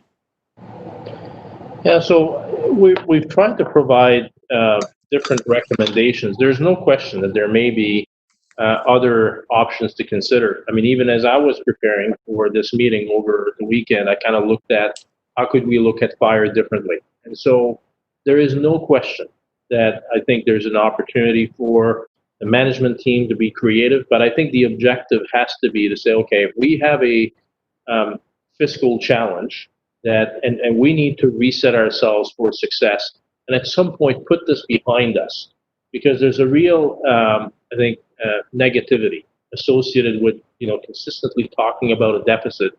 I mean, certainly our hope would be that, this can be achieved in a decisive way, and really to put this behind us so that we can focus on future growth and really continuing to drive the attractiveness of our beautiful city. I mean, the investments in the water assets that we have are second to none. I mean, we probably have some of the best assets to sell, but rather than selling ourselves, we're continuing to talk about our fiscal challenges.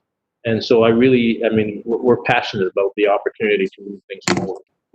Well, I couldn't agree with you more. I think council and the mayor and city staff are passionate about it too. And we have done some, we've made some big steps. We've written 8 or 9 policies. We've had labor reductions. We've amalgamated we will amalgamate the economic agencies and so on.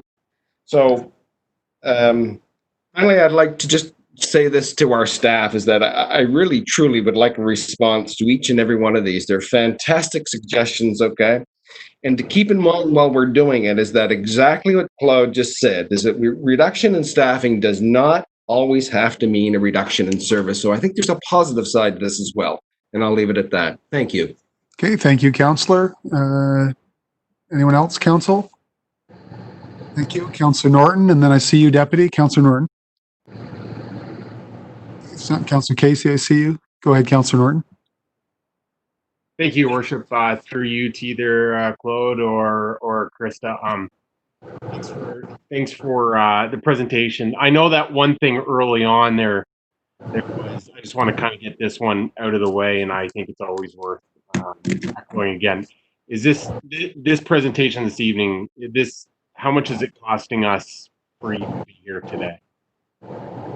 Absolutely nothing. That cost was included as part of our original fee. I assure you that we've invested a lot of time distilling this report into 20 pages, but part of this we're also doing as an investment, because we live and we operate a business in this city, and we want to move things forward.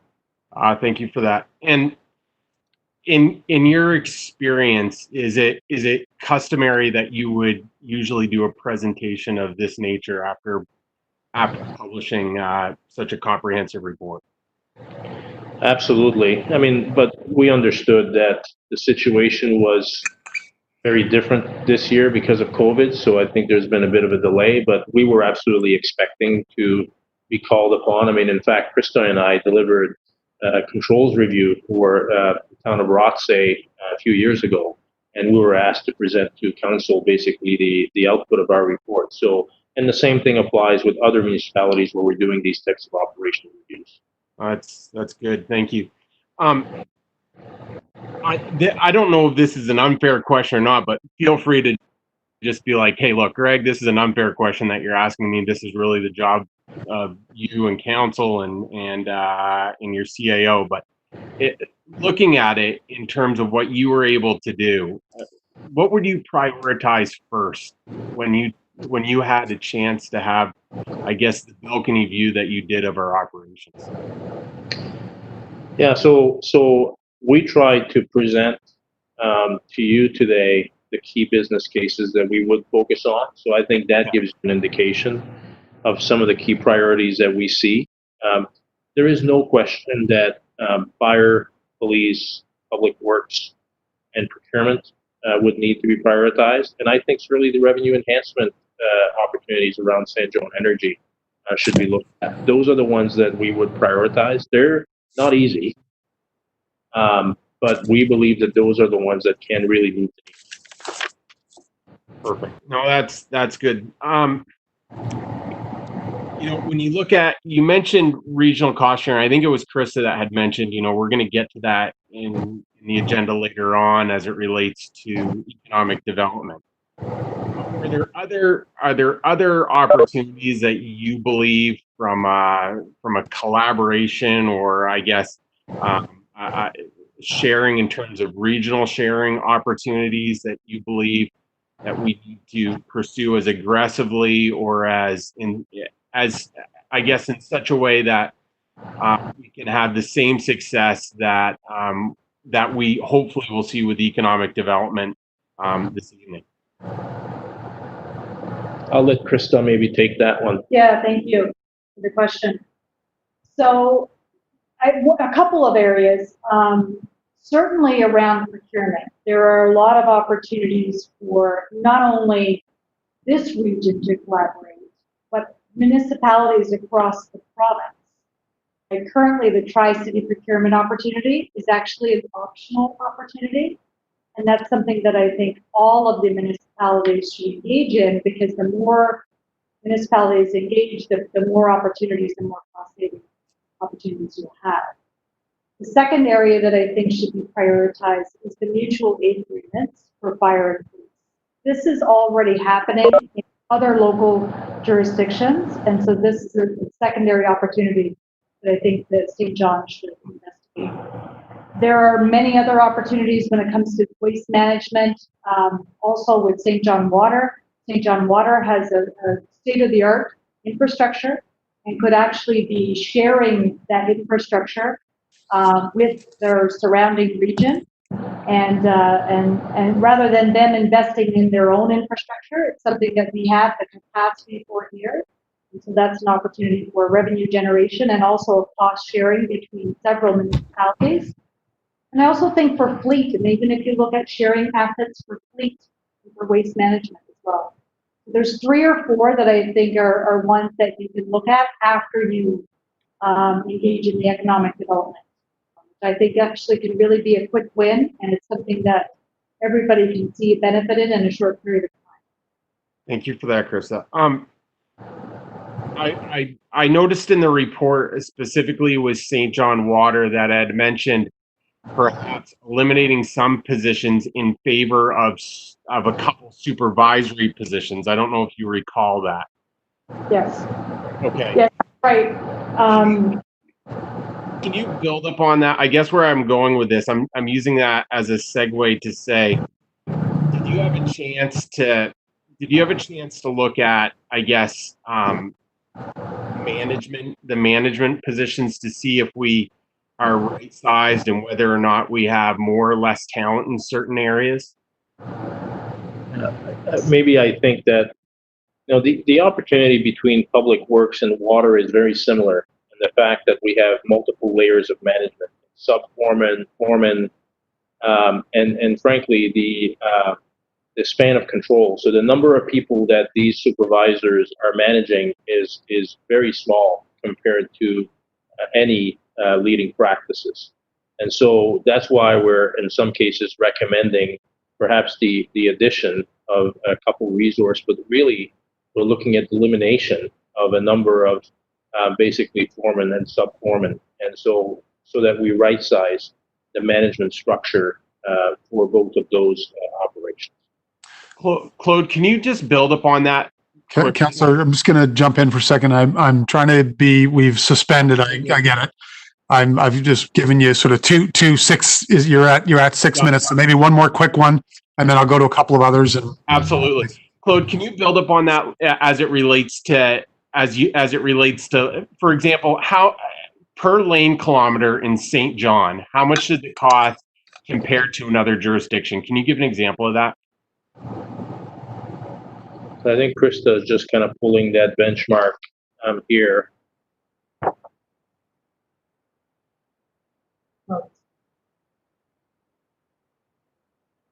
So it's costing us roughly 16,136 compared to 11,809. So a difference of $4,300 per lane kilometer. So it is certainly an area that's why we've highlighted this opportunity, and we think that really the opportunity is in the management structure and also in managing the execution of work more efficiently.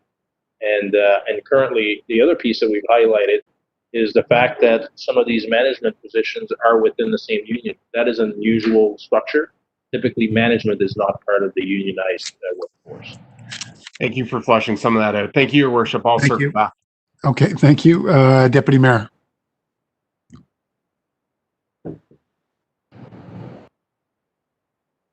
Your Worship, there.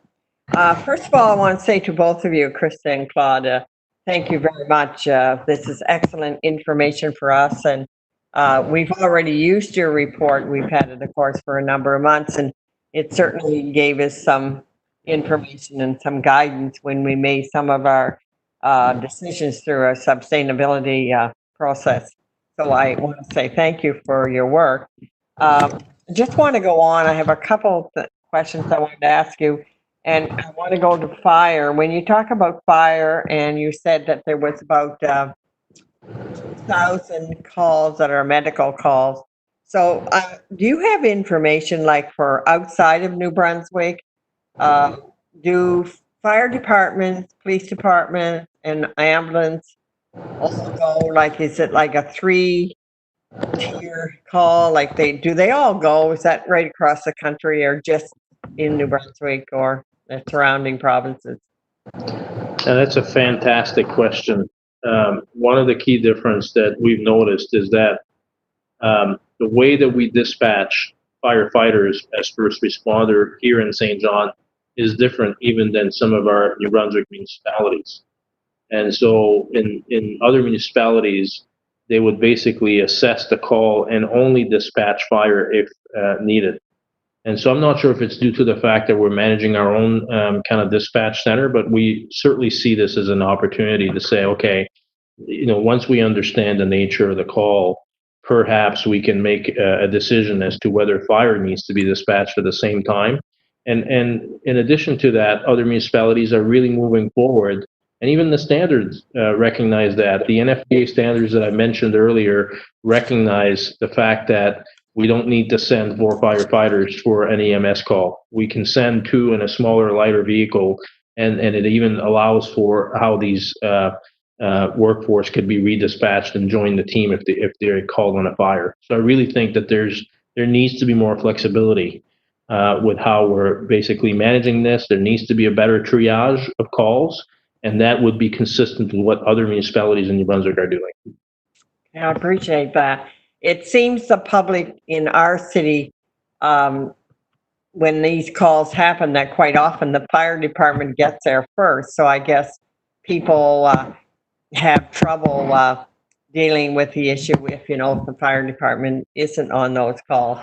I don't know whether you can tell me anything about that, or whether it's just that we have our fire stations are sort of situated in various areas in the city, so therefore they may have the opportunity to get there beforehand, or maybe ambulance, knows fire's going and they hold back a bit or something. I don't know, but it's been a long-term thing here in St. John that the fire department sort of is the first one to get there. So yeah, and That happens often, but it happens only 50% of, I mean, it happens 50% of the time based on the data we looked at. Mhm. And in a lot of cases, I think someone needs to look at what can they really do. And so, yeah, maybe you're there first, but what's the level of intervention that you can bring? You can certainly start to diffuse the situation and maybe kind of manage stress around the scene and things like that. But our firefighters are not equipped with the same capabilities as our ambulance service. And perhaps it's masking another issue.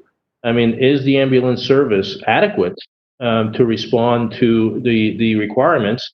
And that is a responsibility for the province to manage that. So if the ambulance provider is not basically responding within the service level agreement that's required, then maybe that's something that needs to be looked at.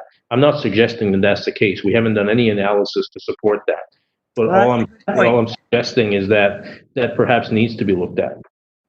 I appreciate that. I have something else because I've always sort of wanted this to happen, but it's a big thing here. Fire and police, like, you know, fire and police really do not have any boundaries. So if a police officer is doing a chase in St. John of a car and they happen to go across the Rothsay boundary, they keep on going. They don't stop. They just keep going. The same thing if they were going towards Grand Bay Westfield. And in fire, like, I'm pretty sure, I mean, they may not have written agreements, but if there was a huge fire somewhere on the east side or a huge fire in the Rothsay area, even though they're not trained together, I think the Rothsay or the St. John Firefight force would chip in and help out. And, you know, I just think for a community of our size, and I just want your opinion on this, and I think it would be a dream if we could have police, a complete force for St. John, Greater St. John, and the same thing for fire.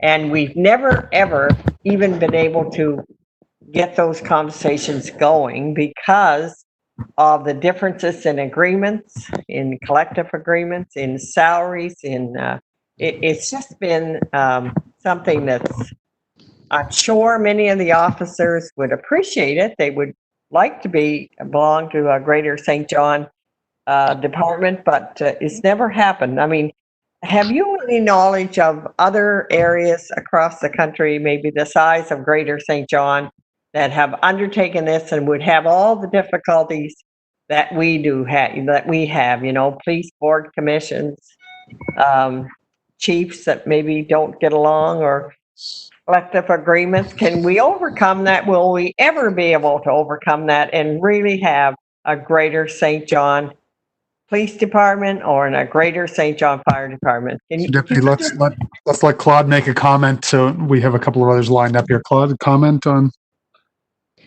There's no question that there's real limiting factors around the collective agreement differences.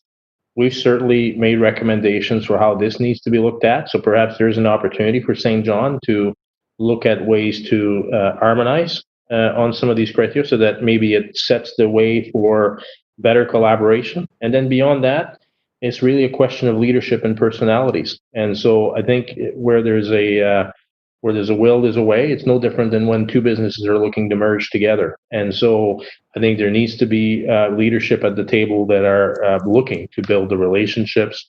And I mean, I have to hope that if St. John is making some of these tough decisions to really address perhaps some of these differences in the collective agreement, that there are opportunities for, and we see them working together already. And certainly, I think the mutual aid is something that could be done, like that should be done, regardless of whether you can bring the two units together. And I think within that will also provide opportunities for reducing cost. I appreciate your report and I appreciate your time. Thank you. Okay, thank you, Deputy. Councillor Casey. Thank you, Worship. Thanks both of you for coming. I just had a few questions. Shirley got to one or two of them that I was going to ask, but I was just wondering on the geographic area of St. John, why would you use 3,500 when that's not the geographic area of St. John? I'm not sure where you're referring to. Can you help us? It's on the comparable cities, the geographic area in square kilometers. So is the question, Councillor, why did we benchmark against those cities? No, why did you use 3,500 square kilometers when St. John is not 3,500 square kilometers? Sorry, It's like the greater St. John. maybe it's a typo. Well, it might be a typo, but it would have no incidence on the benchmark because there's no benchmark that's being used on a square kilometer basis. We've moved it to a per capita basis. Okay. In fact, what I think happened there, this actually is coming from the CMA report from Statistics Canada. So when we looked at exactly what was being used for population and for households in geographical area, we had to rely on some consistent format, and Statistics Canada was the one where we got that information from. Okay, I'm just saying you got that wrong somewhere. Well, we can certainly look as to whether we need to make an adjustment, but I would suggest that this has absolutely no implication on the benchmark that we're being used. Okay, fair enough. And on assets like or assets like municipal lands and stuff like that. Is there anything to consider like not selling them? I know you had selling some of the land, but is there consideration that maybe we could use it for like community gardens or something like that instead of just outright selling it? So as Krista mentioned, there were a number of pieces of land. We looked at those that potentially had a value. There's no question that there could be other alternatives being explored. Our mission was really to look at how can we help the city address really kind of the current deficit and manage its asset appropriately. I think there may be other opportunities to look at, but we also didn't profile every pieces of land. And so there may be others that would be available to support kind of community initiatives like you're describing. I've certainly gotten back to gardening as a result of the current environment, and I think a lot of people have. Yeah, it's just we're not we're focused on people, not necessarily the bottom line exactly. But so I was just making that point that maybe we can think of doing other things instead of possibly selling, but let's see here. I think everything else was mostly covered. You talked about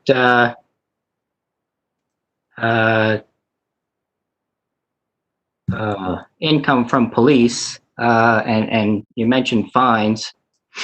On that, I'm not. It's an interesting situation because I'm okay with whatever the police give out for fines is kind of fine. They're usually not a huge moneymaker. So just to give out fines, I mean, if the fine really deserves it, or the person really deserves it, that's fine.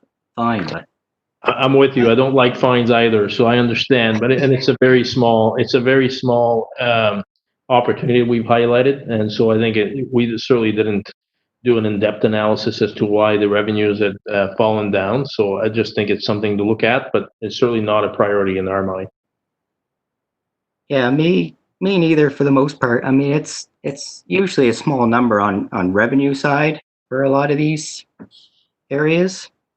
It's good if they can make some, but it's not gonna give us a huge windfall as far as I can see. We agree. And I like to mention the ability to pay. I'd like to see that used more often, to be honest, in all ranges of the city, not just labor, just in all of it. Because otherwise, you know, with our economic situation, I mean, you know, other cities, if you're going pretty good, it kind of hides it. But for us, I mean, you know, we could just say, you know, we'll just add 4% every year to the tax rate. Because, you know, that's otherwise, you know, we're just cutting stuff here and there all the time. So I'd like to see ability to pay more in the mindset of the general population, and not just say, yeah, I want this, I want this, I want this, and I want this, and say, well, we can't really afford that, but we can raise your taxes if you really want that. But I don't think a lot of people want their taxes raised, you know, like 4% every year to cover those expenses. But They sure don't. I'm going to jump in there, Councillor. Okay. Thank you very much, Councillor Hickey. Thank you, Your Worship. Just a couple quick questions. First off, obviously I would suspect that, as it has been for us in the past, one of the most challenging activities within this report was the benchmarking exercise. You know, St. John has a unique profile as a city, and you know, even compared to a lot of these cities, based on characteristic, you know, our industrial base is larger, right? And I mean, Sudbury is a good comparison for us based on population, but we still have a larger industrial base with a smaller population. So I guess my question is, how does that factor into the per capita cost when, you know, you're looking at a huge part of our service going to industrial service? Yeah, good question. And that's why, as I mentioned, as we were presenting the business, that we're not taking you all the way to the benchmark. There's still a significant margin between the benchmark and what we're proposing. So again, the benchmarks are indicative. They provide you with an opportunity to look at how you can do things differently. But we're also not recommending in any of our business cases to get all the way down to the benchmark, because we do recognize that, yes, we have a smaller population base, and when you do a per capita benchmark, if you've got obviously a smaller population base, you've got less population to spread the cost on. But I think after you've done the benchmark, you have to look at, are we actually managing as efficiently as we can? And that's really the question that we asked ourselves. And we looked at what was being done in other municipalities and looked for opportunities, and that's what we've profiled. Thank you. And based on that, how and based on the presence of industry in other cities like Sudbury, the factor which goes towards tax-based contribution, was there any insight? I know it was alluded to in the report, but any insight as to what those implications are, and whether or not in St. John industry is adequately footing the bill for these services? Yeah, the whole kind of tax reform component was not part of our scope. Our scope was really focused on the operational review of the city. And so we understand that, you know, the province is looking to do something in that regards within the next, you know, year or so. Or 2 years, I'm not sure, but that's really not something that we've looked at in a lot of detail.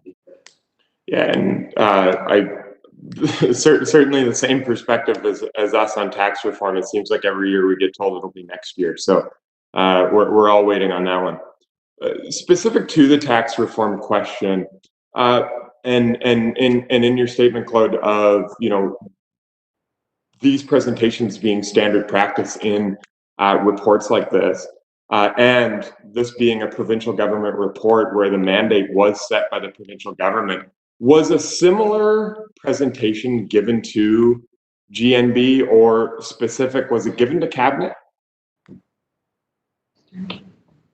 So the presentation was provided to the steering committee, which members of local government were a part of that steering committee.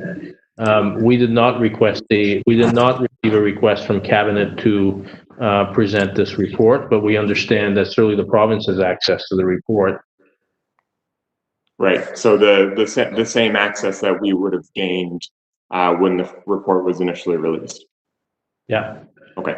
Okay. Thank you. That's all my questions. But I have to say, I'm certainly quite disappointed that the province didn't receive or didn't request, specifically cabinet request a presentation on this. Especially when we're in conversations around tax reform and things like this. I have a few issues with that, but those are my questions. Thank you very much. Okay, thank you, Councillor McKenzie. Excuse me, Councillor Reardon first, and then McKenzie. Councillor Reardon. Thank you, Worship. I have a couple of comments. I guess I'll start with. It's a great report. It really confirms a lot of what we're doing already. So from that perspective, it I guess reassures me that we are on the right road. I was surprised that Halifax was a comparator because it has quite a large population and quite a large geographic area. And it has, I can think of 6 universities and colleges right off the top of my head. So it has a completely different dynamic than we have. And the other thing is I'll just build on Councillor Casey's comments. I Googled the geographic area of everyone. I already know that we're 315 square kilometers. That says 3,500 square kilometers that we are. When I Googled Thunder Bay, it came up as 447 square kilometers, says 2,500 in the kit. Regina comes up as 180, it says 4,300. So I don't know where those numbers came from. I just Googled these ones, but so that's one thing. The other thing in the kit was that there were a couple of slides there I've never seen before. And there was one on for fire, NFPA 1710 and 1720, and the slide that followed that. So I've read that report twice, and then I skimmed through it again today. And usually when I have a report, I like to do a little bit of homework on it. So I haven't had a chance to look at that information in depth, so it's hard to comment on it. And the one question that I will ask of the EY team is we had gotten a letter from the province that encouraged us to retool operations. That was used in the letter. So what I want to know is, would you say, in your professional opinion, that this report is retooling operations? And if we go down this road, we have then retooled operations. I'm trying to get a definition for what retool operations is. I can't comment on that. I wasn't aware of that, the letter or the communications from the province in terms of retool operations. It may have been used as semantics, but certainly I think that what we were asked to do is to conduct a review of the city's operations. We will certainly revisit some of these square kilometer or those pieces, because I wonder if there isn't a typo. But again, the benchmark that were on a per capita basis. So, it was really meant to kind of look at comparative size. So it would have no implication on basically the benchmarking that we used to support our analysis. But I think certainly we'll be revisiting that just to see if we missed the description here somewhere. But I can't really answer your question around retool operations because we're not previewed to some of these communications. I would like to come back to the comment around basically cabinet asking for a copy or asking for a presentation. This is not a review of the province's operations. It's a review of the City of St. John's operations. And certainly I think it's more important, certainly for the councillors to have an opportunity to hear from us on this so that you understand how we came up with our findings. Not to say that the province isn't interested, and I'm not here to defend them, but certainly they decided to support covering the cost of this review. And so I'm not that surprised that cabinet did not ask us for an operational review, a presentation. And certainly with some of the other provinces where we do these municipal reviews, we don't get asked by the province cabinet to come in and deliver a presentation. Thank you. I'm just going to go back to a couple of things there. 50 years ago, we were the same population, but we lived in 35 square kilometers. So we already know that if we did live in 35 square kilometers now, it would certainly reduce our service costs. So I know you're doing it on a per capita basis, but geography is a huge component, I guess. And we have a lot of geography here at 315 square kilometers, but we don't really have the population to support that. But I guess what I was asking about retool operations, I mean, this is an operational audit, is if in your professional opinion, you could say that this is retooling operations. If you were just using that language, I guess, you know, not officially in a document, but I mean, I don't have a professional opinion on whether this is retooling the operations. An opinion in our language, certainly I'm a trained auditor, has a whole different meaning than how it may be used in different contexts. So we don't really have a professional opinion on it. Okay, I'm just trying to get a grip on, like, if we're going in the right direction, if we want the province to get on board with us and they want us to retool operations, then I guess, you know, I'm hoping this is the magic bullet that will get us to where they want us to go and where we want to go as well. So thank you. What I can answer to that is certainly, as John mentioned at the beginning of this, I mean, this was as a result of a collaborative effort between the province and the municipality of St. John. We could, and I think we've highlighted that in our report, we couldn't have done this without support from the city staff, and they were exceptional in terms of providing support. And I can assure you that, you know, my sense is that management of the city were happy about our report. And I also got a sense that the province was happy about our report. So maybe that gives you a level of confidence. Oh, thank you. Yes, and I mean, I'm happy with the report as well. Like I said, it confirms a lot of where we're going anyway, where we thought we wanted to go. So it is good. I just want to make sure that we are on the right track here. Thanks so much. Okay, thank you. Folks, I'm going to go to Councillor McKenzie, but we have a lengthy agenda left and all of our economic development folks are on standby. So just to qualify that, to go to you, Councillor McKenzie. Thank you, Your Worship. I won't be long. No problem.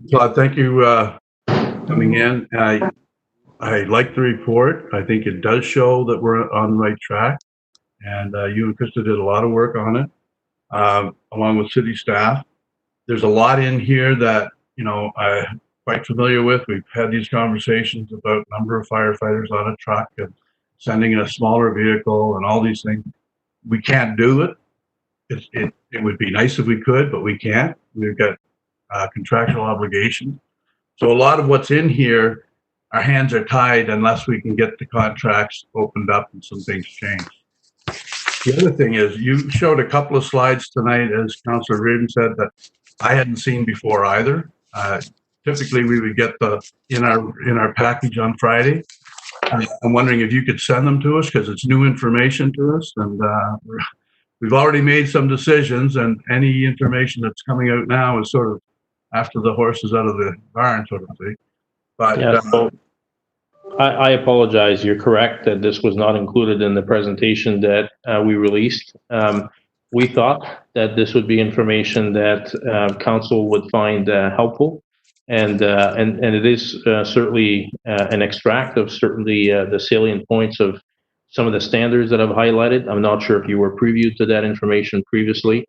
And so we decided to add that additional information to provide another perspective. But the slides will be available, and because we've already released basically the revised deck to the clerk. So those were the only two slides that were added. But they weren't added. They were added since Friday, since we got our package. Absolutely. Yeah. Okay. All right. Anyway, you know, it's interesting because you did make the comment, you know, like, and we're all thinking about it all the time. You know, as early as this weekend, you were looking at how things could be done differently with fire, and you know, I think we'd all like to know, you know, all of the options that are out there. And I'm not sure that even now we have all of the options if we, you know, if we find new ones yesterday. But anyway, I want to thank you for coming in and all the work that you did on this report, and really appreciate it. Thanks very much. Okay, thank you very much, Councillor. So I'd like to just wrap up here. I didn't have anyone else on my list, so I'd like to make a couple of comments and try to wrap up. Claude and Krista, thank you. I think I honestly I could ask questions for 2.5 hours, but I know we don't have time for that. I do want to make a couple of comments, I guess, and share a couple of observations. First of all, thank you for the report. I think it. Someone, and please do not take this the wrong way. Someone said to me about a week ago that the folks at EY are just accountants. And I said, as I reviewed this presentation that you made tonight, is that this is, you're not just accountants. The time is now. I think you were hired to do an operational audit of our cost and our performance. I think this, in my words, is a very credible presentation. I think it points to a lot of opportunity, and I think it points to a tremendous need for change. And, there's been a lot of, for example, sharing of your disclaimer that's in the front end of your report, which I've seen many of these reports in my time, and the disclaimer like that is in almost every report. And my editorial comment is that the opportunities that you've presented to us in this document are almost they're separate of. I mean, we are overspent by $10 million. We had to make decisions. This council gave direction. As a result of that, 6 million of 10 million, which is very close to our spend in our budget, 57% of our costs being people costs, are impacting people costs. When 90% of a budget is made up of people costs, it's going to impact people. So, there's been a bit of discussion that we shouldn't be doing something because you're just coming in to present tonight. Well, I read the document the minute it was provided to us. We've already instructed our city manager, asked our city manager through motion of council to put together an implementation plan. And, the themes that I've gotten out of tonight is, and I'm going to have one question for you, but we have to, I like your concluding slide. Factual and unbiased information, transformational change. And the data is so critically important. So, for example, I asked a few weeks back, how many fires did we have? How many medical aids?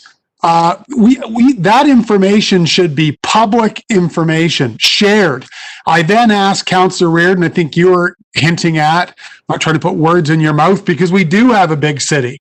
But guess what? The majority of the fires are in the original city.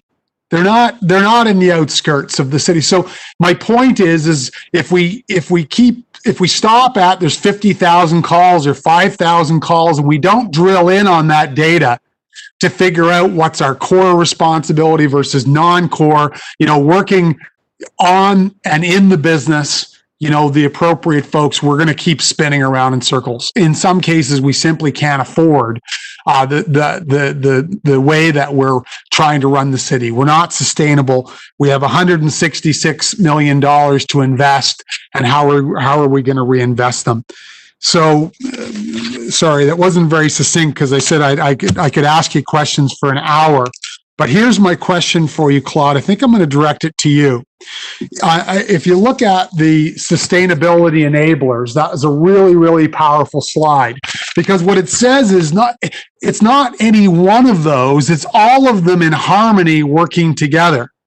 So in your experience, which is comprehensive, if you were to speak to key success factors for implementation of all of your recommendations, what separates the winners from the losers, if you will, in terms of implementation? What does success look like? What are we going to have to do as an organization to be successful in the implementation of this report? Yeah, that's a great question. If we look at any transformation projects, why do they fail?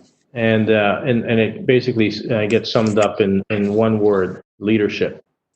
It has to be driven from the top, and it has to be basically with the right resources but leadership is really what makes or break any transformation efforts.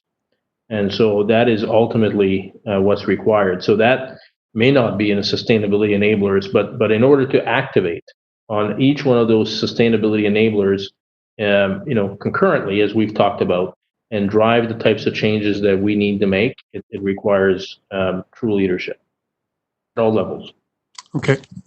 Well, look, thank you very much. I think in the interest of time tonight, but from my perspective, we're talking about the sustainability. We're talking about driving positive change for taxpayers. Every dollar we spend needs to be measured against value to citizens and positioning the city to grow. So from my perspective, if we need you back again to do another presentation or have another conversation with you, we should have you back. I mean, we're talking about the sustainability of the organization. So with that, I say thank you very much. I just call for receive and file for tonight, folks. Please. I'm going to receive file. Thank you, Deputy, and seconded by Councillor Sullivan. Thank you. And on that question, please by a show of hands. All those in favor, thank you. And anybody contrary minded. Thank you again for your presentation. And we look forward to continuing to work with you. Great. Thank you for the opportunity. Good luck. Thank you. Thank you very much. Okay, Common Clerk, I would like to, with Council's agreement, I would like to move up the economic development item to right now. Does anyone have any? Okay, thank you. So Councillor Matthews is moving that. Councillor Hickey, you've seconded that. On that question, all those in favor? Thank you. Anyone contrary minded? Not saying any. Thank you. And with that, I will ask you to call the item, Common Clerk. Yes, Your Worship, that would be item 12.2 on your agenda. It's the new economic development model, collaborating to ensure the municipalities in Greater St. John will prosper in 2020. Okay, perfect. Thank you. And I'll turn it to you, City Manager, for an introduction. Your Worship, members of council, good evening. Forgive me, but I am going to give a minute or two on background, which is well known to members of council, but perhaps less well known to the public at large. Approximately a year and a half ago, some 17 months ago, there was an initiative undertaken by the City of St. John to create a strategic economic development advisory council based on a group of volunteers who were capable and experienced from both the private sector, academia, and government representation. The purpose of this strategic economic development advisory council was to take a look at initiatives that would spur and improve growth within the City of St. John. The first mandate that we asked of the Economic Development Advisory Council was to take a look at our economic development framework that we currently have. I would first be remiss if I did not point out that every member of the community that we approached and asked to be a member of this council did so willingly and as a volunteer. Nobody said no. And although we had a plan initially for how much time commitment would be required by those volunteers, it's safe to say that the time commitment was significantly more than we had envisioned, and yet they continued to volunteer, give their time. They were extremely passionate and professional throughout the approach. After some months of meeting and discussing, it became very clear to everybody, and without objection from anybody, that the best solution in terms of a new economic development model would be for it to be regional in nature. There was a proposal put forward by that Economic Development Council that was unanimously supported by every member of the council and exposed to our Common Council this past fall in the October timeframe. At that point in time, it became clear that in order to get the necessary regional support that would be required for a regional economic development model, we would need some outside help to help develop it, negotiate it, seek the necessary support, and explain it throughout the region and the value of it. This is where the individuals that you see on the on our WebEx this evening came into play. Mr. David Campbell, Kathy Simpson, and Paulette Hicks were all members of the original advisory council.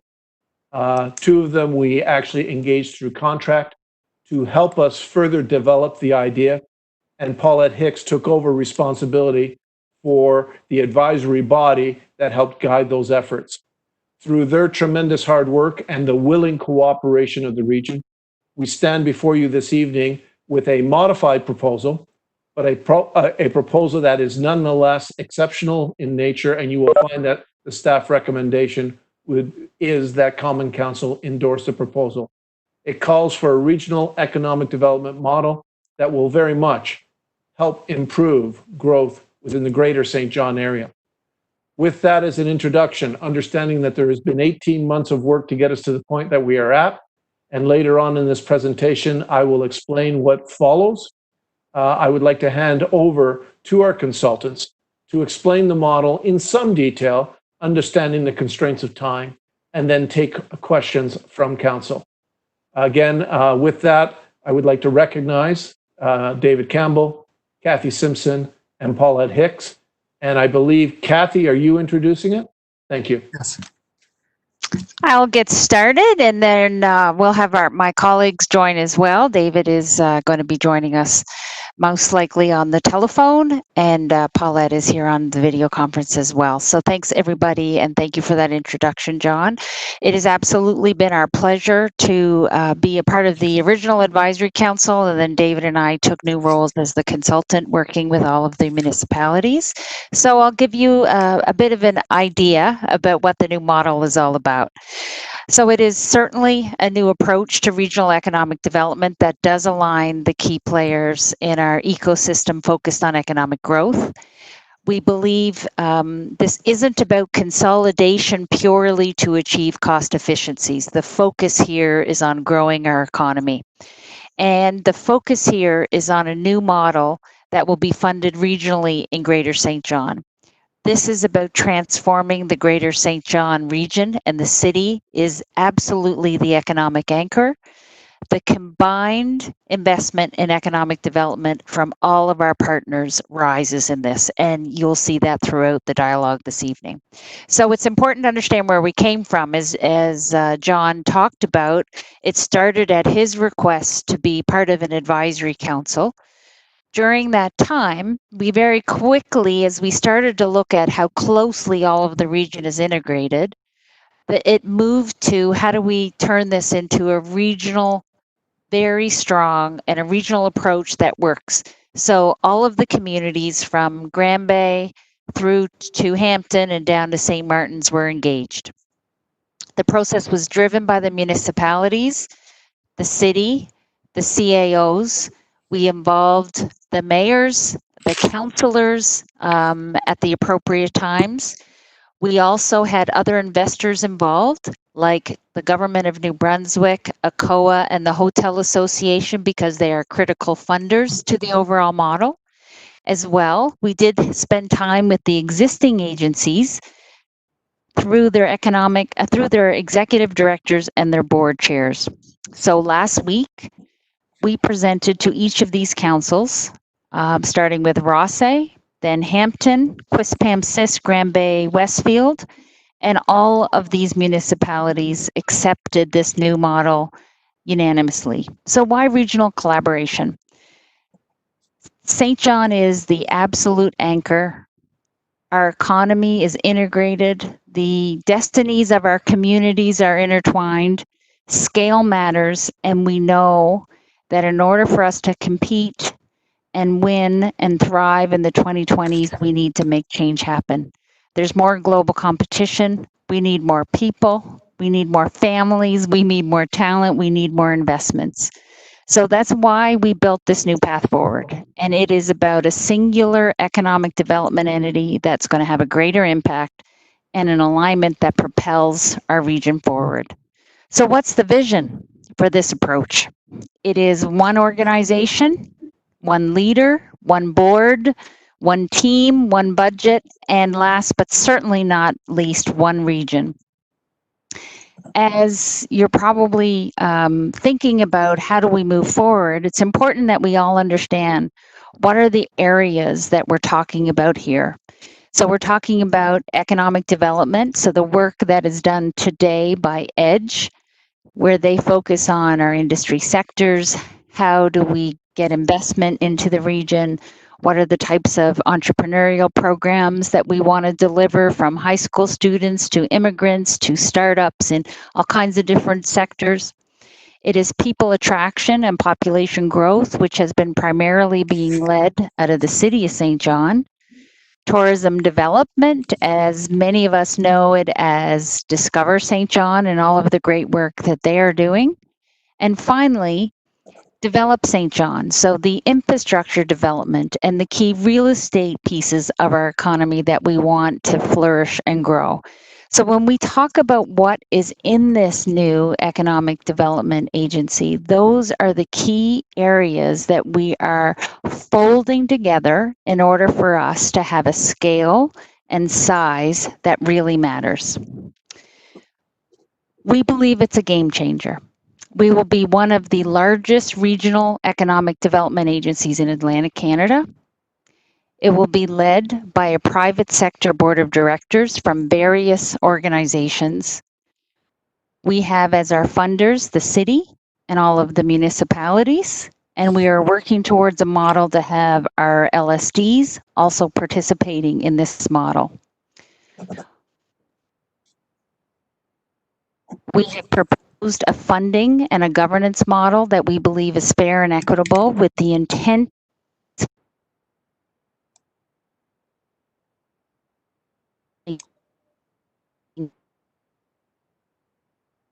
an investment. Sorry, Kathy, we just lost you at results based on the right KPIs. Sorry, Kathy.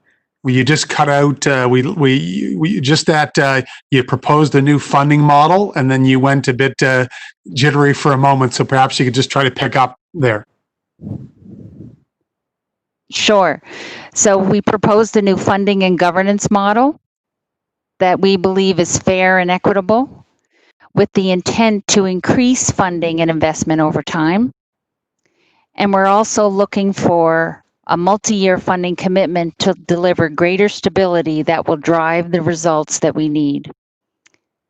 What I would also like to add is that COVID has brought a new reality of significant change, uncertainty, and fragility to the region. And this model, we believe, will be an important part of our economic renewal. I'm going to check to see if my partner is now on the line. David, are you here? I am. Can you hear me? Can hear you just fine. And I would ask you to take over the funding and governance components of the presentation, please. Thanks, Kathy. So not a whole lot has changed since when we met with you before, so I'll just highlight the changes. We still have stuck with a per capita funding model. So the idea is to get everybody up to a similar per capita amount after the 5-year period. The only big change, of course, this is we scaled down a little bit the increase in year 1 because of COVID-19. So we went from a 90% increase over the baseline edge funding for the 3 municipalities, Quispam, Sis, Rothesay, and Granby Westfield. We dropped that down to 50 in year 1, and then we have it ramping up from there. The ramp up is slightly different for each of the communities. Rothesay started at a higher base, so their ramp up is less than the others, but because we front loaded them, if you look at the total funding over the 5-year period on a per capita basis, the aggregate funding, Rothesay actually spends a little more per capita than Quispam, Granby, or Hampton. So we thought that was a fair compromise, but at the end of the day, we're trying to get up to a standard. Of course, St. John has come in at 1.7, just like the original model, staying at 1.7 for the first 2 years, and then increasing to 1.9 for the back 3. If you pass this is going to mean $4.7 million, more or less, depending on where the LSDs come in over the next 5 years, leveraging the core funding that the core investment that the city's making in this new entity will be leveraged by that amount. Plus, as you will see in the funding estimates, the accommodation levy is there, other levels of government funding is there, and we believe those numbers are reasonable. We've talked to both the feds and the province, and while this is not core or base funding, unconditional funding, this is tied to projects. We believe that money will continue to be there over the 5-year period. So in total, as Kathy indicated, we're talking about something that's very unique, not only in Atlantic Canada, but across the country. It's very rare to have all of these functions under one roof. and we do think there will be synergies by doing that. You know, a lot of the messaging that applies to tourism development, the St. Austin message also applies to people attraction. And we also think that the infrastructure pieces and the other pieces blend nicely in the new model. So that's the funding model, and we'll certainly answer any questions you might have. On the governance side, again, not a whole lot has changed. The big material changes are that in order to get commitment, there was quite a bit of insistence that each of the municipalities would have a seat on the board, and we also didn't want to have an extremely large board. So what we did to cut the difference there is we gave St. John has 2 seats on this board, but each seat has 2 votes. So it works out to be 4 votes for the city of St. John and 1 vote each for the other 4 municipalities. We also have the city manager from the city of St. John on the executive committee, reflecting the importance of St. John as the anchor. So those were the 2 big changes on the governance side. We think that model is strong. It's got very good private sector representation and leadership, but balanced very strongly with the municipal component because, of course, in the model, we've said all along that the municipalities are the preferred shareholders, and this direction should get its marching orders, or its strategic direction should come from the municipalities. So we think that model allows us to split the difference there. Good private sector, but also very strong municipal. We haven't changed the fact that there will be no elected members on the board, which is sort of best practice for these organizations now. So I think that's about all I have to say, except I will say there is that potential opt-out clause in year 3, which was something that was pretty insistent from some of the municipalities. It requires a material breach in the terms of the arrangement. So it's not like a municipality can just say, okay, we're out. But if for some reason, you know, the fundamental KPIs aren't being met, or there's some other material breach in the commitment of this new organization, there is an opt-out after year 3. So those are the changes, and I think now I'll pass it back to Kathy or to Paulette. I've got it. Thanks, Paulette. Thanks, David. So there will be 4 board committees. There will be an executive committee. There will be a governance and nominating committee, a finance audit committee, and a human resources committee. And lastly, on the governance model, the inside municipal directors, as David mentioned, do have preferred shareholder status. So they will have to approve certain essential and material decisions of the board, such as the 4-year strategic goals and objectives, the new funding arrangements of any material and directive nature bylaws, and the annual business plans. So pending your vote tonight, this is what we have built as a transition plan. We have asked each municipality to write a letter of acceptance based on the perspectives as written, and those letters are starting to come into us. A transition committee will be set up, recommended by the 5 municipalities, and we will recruit a new board chair and that initial slate of board of directors. We will create a job description for the CEDO, as well as a skills matrix for that board. And we will hire a firm to facilitate recruitment of the Chief Economic Development Officer hire. And we know it's a crucial hire for the success of the agency. Then by fall, before fall actually, as well in August, we will sit down with Minister Carr and his team to work on the process of having the LSDs firmly integrated into this model. As you know, the government of New Brunswick is facilitating $500,000 for the first 2 years of the model, and then we will look to the LSDs to make the financial contributions from there on in.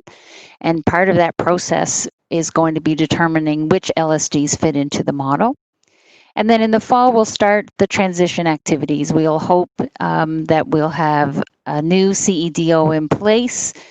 We will begin and be engaged with the government on the LSD engagement. And then we will start to meet with each of the municipalities to ensure that we understand the KPIs, the priorities, and start talking about what are the measurements that we are going to be using, that we will be putting in place for this new agency. We are also recommending that someone be hired to help facilitate this work and have them in place as soon as possible. In January, have the new organization up and running. So with that, I'll hand the floor over to Paulette Hicks for a couple of final words before the Q&A.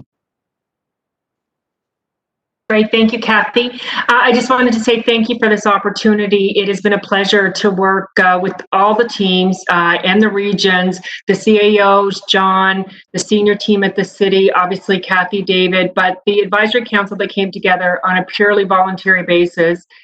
And as John introduced, the scope was a few months, but clearly we have a really passionate group that really cares about the entire region. We are very connected. And as such, we've been engaged and folks have been watching us really closely, and a number of support letters have come forward. People are very pleased to see this regional collaboration happen, even this process. You know, obviously we're hopeful for the outcome tonight, but regardless of that, you've seen where the regions have come together, you know, in a common goal, working collectively, and it has been a really positive experience. And I think the letters that have come forward are a testament to that. So I think it's time to open it up and see what happens from here. Okay, perfect. Thank you very much, Kathy, David, and Paulette. And to David, happy anniversary, 60th anniversary. When we understand to your parents, are they in the room with you also, David? Or no, I've spared them. They're in another room. I've got the door shut here, but I'll pass on your congratulations. Please tell them. Council, just in this part of our process, our questions would be specific to Kathy or David or Paulette in terms of the model and the journey here. Separate of that, we're going to have our city manager and Mr. Ouellette speak to the recommendations that are being made for us to actually vote on. So if I could just make that distinction between Kathy, David, or Paulette on what was just presented versus city manager and his staff on the other piece. Okay, thank you. Questions, comments? Deputy Mayor, excuse me. To you first, and then I see you, John. Deputy Mayor. Thank you, Worship. Well, just a comment to all three, Kathy and Paulette and David. I just think this is tremendous for the whole greater St. John area. And I think everybody is excited about it as we move forward. We're all hoping that it all comes together and it works well. There's one thing I think that is going to be the key, and that is accountability. Like that, this new agency, it's going to be big, it's going to be powerful. Everybody's looking for it to do good things, but it needs to be accountable to the shareholders, and not just the shareholders, but to the public, because not everybody understands all the ins and outs. And I don't know if any of us do really on economic development, and they just understand what happens, you know, but you know, to get there, to make something happen, sometimes it takes a lot of work and a lot of people getting involved and so forth. So I hope that they're accountable to the public, and not just once a year, but to come forward, because we're all spending dollars, all the municipalities, and I think everybody needs to be completely up to date, or at least every so often, several times a year, to know exactly what this new economic development agency is doing for everyone. So I just pass that on and wish everybody the best, because this is our chance. I mean, you know, starting out now, we need to get everybody growing in the right direction and everybody working together. So good luck to everybody, and thank you again for everybody's participation the past few weeks and months. Thank you. Okay, thank you very much, Deputy. I think that those were comments, but thank you. Councillor McKenzie. Thank you, Worship. I too have no questions. I've been following this for the last 16, 18 months. I think this crew has done an exceptional job. Paulette, you and your people have done something along with Kathy and the others that nobody else has been able to do. And I think it's going to pay off big time going forward. And I think it's going to set an example of what we can do in other areas as a region, not just economic development, but in emergency services and so on. I think it's a good start, and I'm really confident that it's going to work well for everybody. And at the end of the day, I'm very happy about it. So I'll be supporting 100%. And no questions. I've got all my answers over the last 16 months. Thank you. Okay, thank you. Well said, Councillor. Anyone else? Sorry, Councillor Reardon. I apologize. Councillor Reardon. Thank you, Worship. I just want to thank the team as well. I think it's been a long journey. It's been a lot of work, and I think they've done some great team building already with this report. Now we know that if we go forward with this, there's going to be a bit of a time frame before we'll start to see results. So I'll ask the team, what would their expectations be like for startup time? And I guess it's managing what I can expect and what the public can expect from the new model.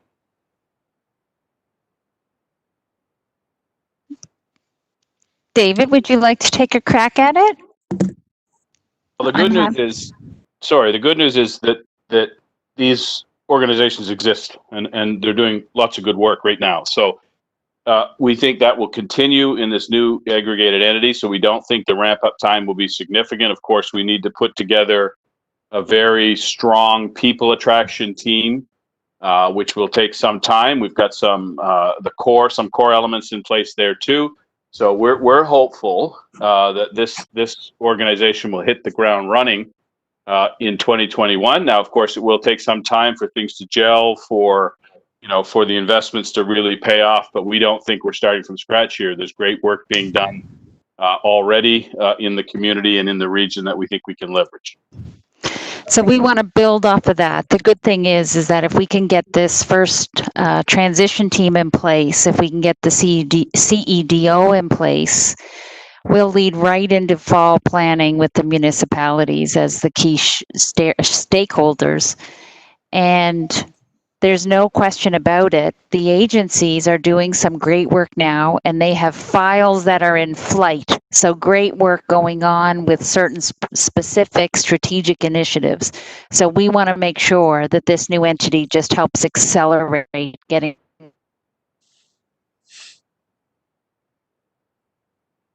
that work going.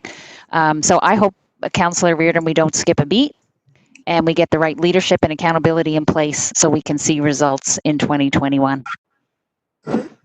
Sounds good. And I know it's a bold and innovative move, and I know that it aligns with a lot of best practices. But I'm just curious, would tourism always be a component of this? And the reason I ask that is because tourism and Discover St. John provides us with our quality of life things a lot of the time. It's the things, those tangible things that we see, right away. And they've done great work. Not that the other two economic development agencies have not, but that's a different bandwidth, I guess, at the end of the day. Some of those projects take a few years. This is, those tangible things that we make us feel good. So I don't want to lose any of that good work either as we transition over. So, and I read in the report that tourism will continue to be a big component of this. So I'm just wondering if tourism is usually included in his economic development. I think I'm frozen or somebody is. No, we can hear you. And just so that question maybe to you, Kathy, and you can direct it. But just before you answer, we're sometimes we're great at our acronyms, CEDO, and let's just remember that maybe we can define that for the public watching at home, please. What a CEDO is, I know, but I just want to make sure everybody at home knows. Yes, Chief Economic Development Officers is what we've got that title listed as. And Councillor Reardon, we do see Discover St. John and the work they do as absolutely crucial to growth. And when we think about, and then I'm going to let Paulette answer this because she's been in the tourism business for many, many years. We do see it as a critical component. We want to build that on that whole Saint Awesome and everything that we're doing, and build that brand, whatever it ends up being in this new entity. So when we're trying to attract investment, whether we're trying to attract business and business conferences or festivals or events, it takes a lot of similar skill to do some of those various components. But then we need people who really know how to get tourism and bring that to life. So we are hoping we're going to have a lot of that talent that exists in Discover St. John in this entity as well. And I'll ask Paulette to give that question an answer as well.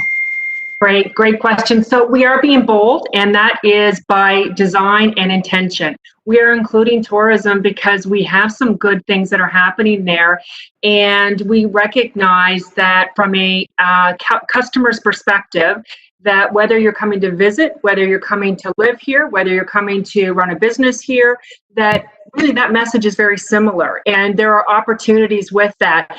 And best practices, we are seeing collective impact approaches across, communities, regions, and countries. How are they now tooling up in economic development? And we think this is a great opportunity for that.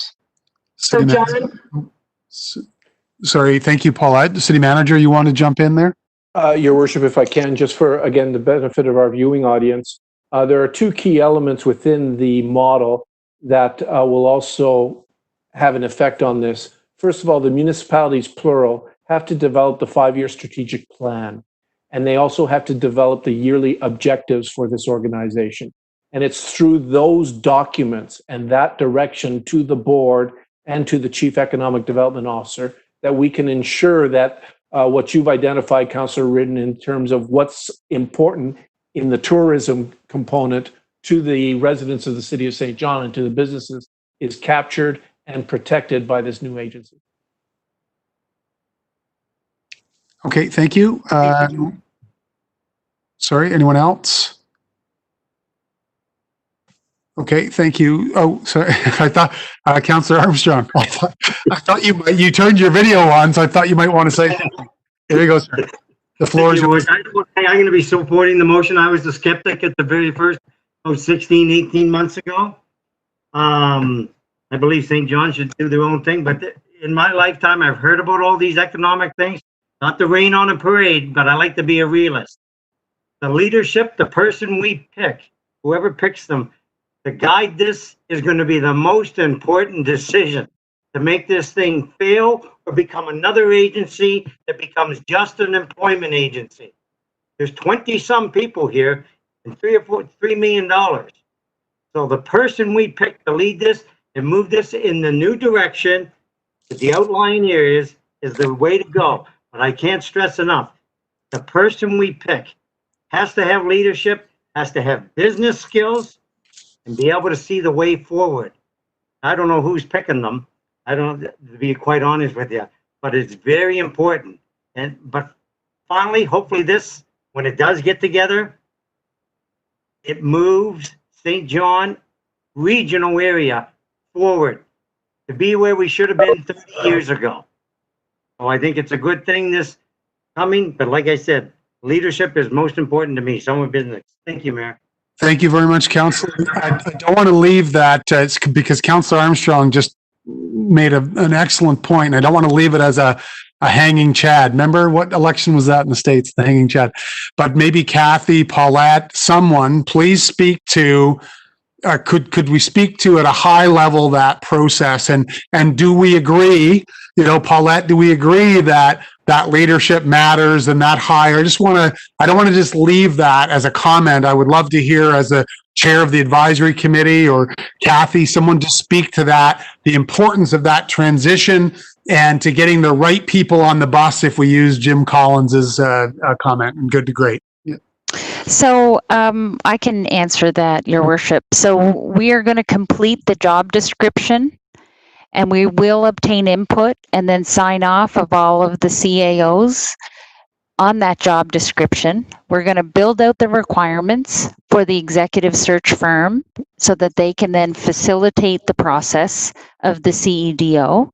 And then we're going to get approval and sign off of the CAOs on the chosen firm, and we're going to begin the search.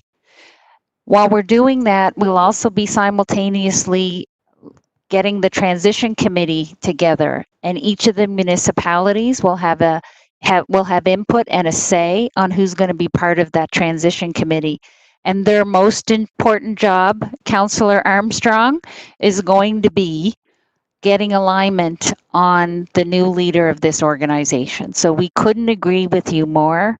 It's a hard task we're asking for this person to do, but they will be supported by this transition committee, and they will help really direct the future vision of what the organizational structure will look like and establishing the relationships with all of the regions so that we can have success.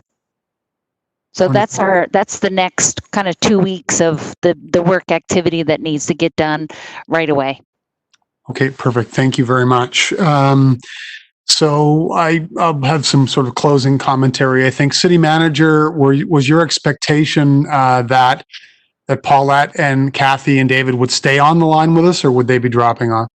No, Your Worship, they should in fact stay on the line. This is an open session of council in any event. Okay, no problem. So if they could stay on the line, and unless you have any other councillors you need to identify, we can transition to the next piece. Yeah, I'll make one bit of my comment and then we'll transition. I just want to tell a very quick story. In 2016, I believe it was, I was invited by Mayor Savage down to Halifax to an event, a Selling Halifax event with one of their major economic development group called the Halifax Partnership. And I can still remember how the blood was flowing through my body driving home, because they were on the stage. There were 500 people at the event. They were outlining their 5-year strategy, their vision, their value proposition, their 5-year strategic goals.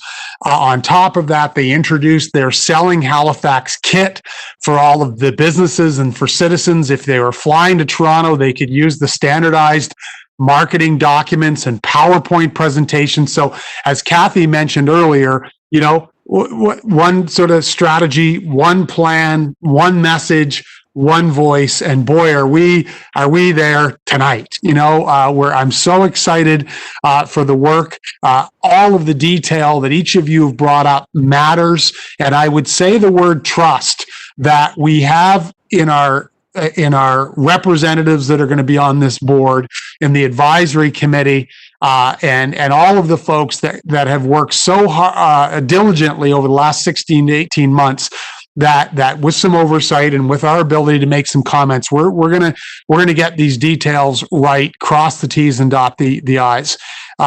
So I'm excited that we are, as a region, really positioning Greater St. John to be one of, if not the most, the strongest economic regions in all of Atlantic Canada. So it's a monumental night for us. I'm hopeful when we get to vote here in a few minutes. So, City Manager, why don't we turn this piece over to you, and then we'll keep going. Your Worship, by way of comment, a number of presenters have already spoken about it, as have I, that there was a tremendous amount of work over the last 17 months to get us to this point. And in this point, depending on council vote, is that we have a regional model that has been supported by the outlying towns, by our provincial government, and hopefully by our council this evening. But it took us 18 months to get this far. In the next 5 months, we need to go from a conceptual model to an actual effective entity in place.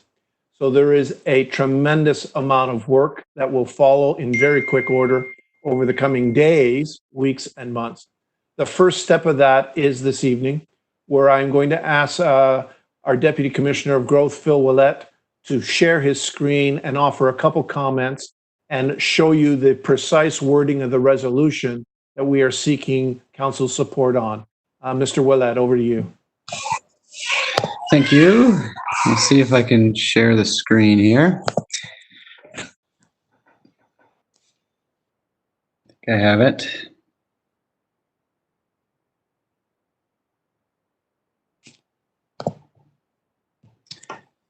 Can everybody see this?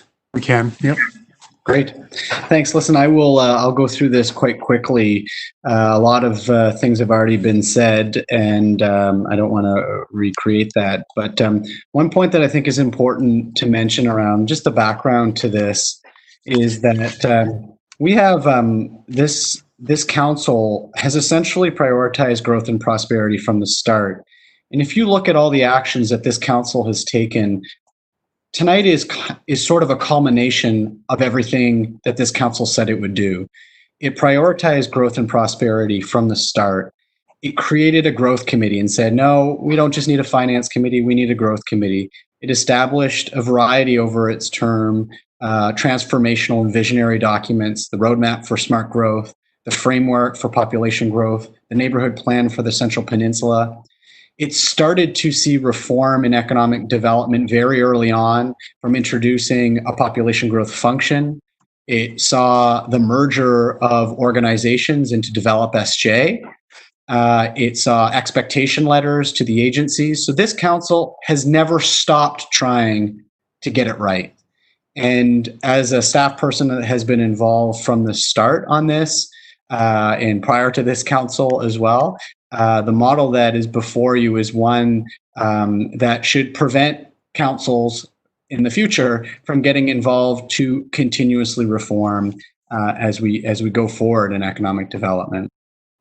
I'd also want to mention one thing is that although this is a great regional cooperation, this was also something that the city started itself and thought it might be just the city.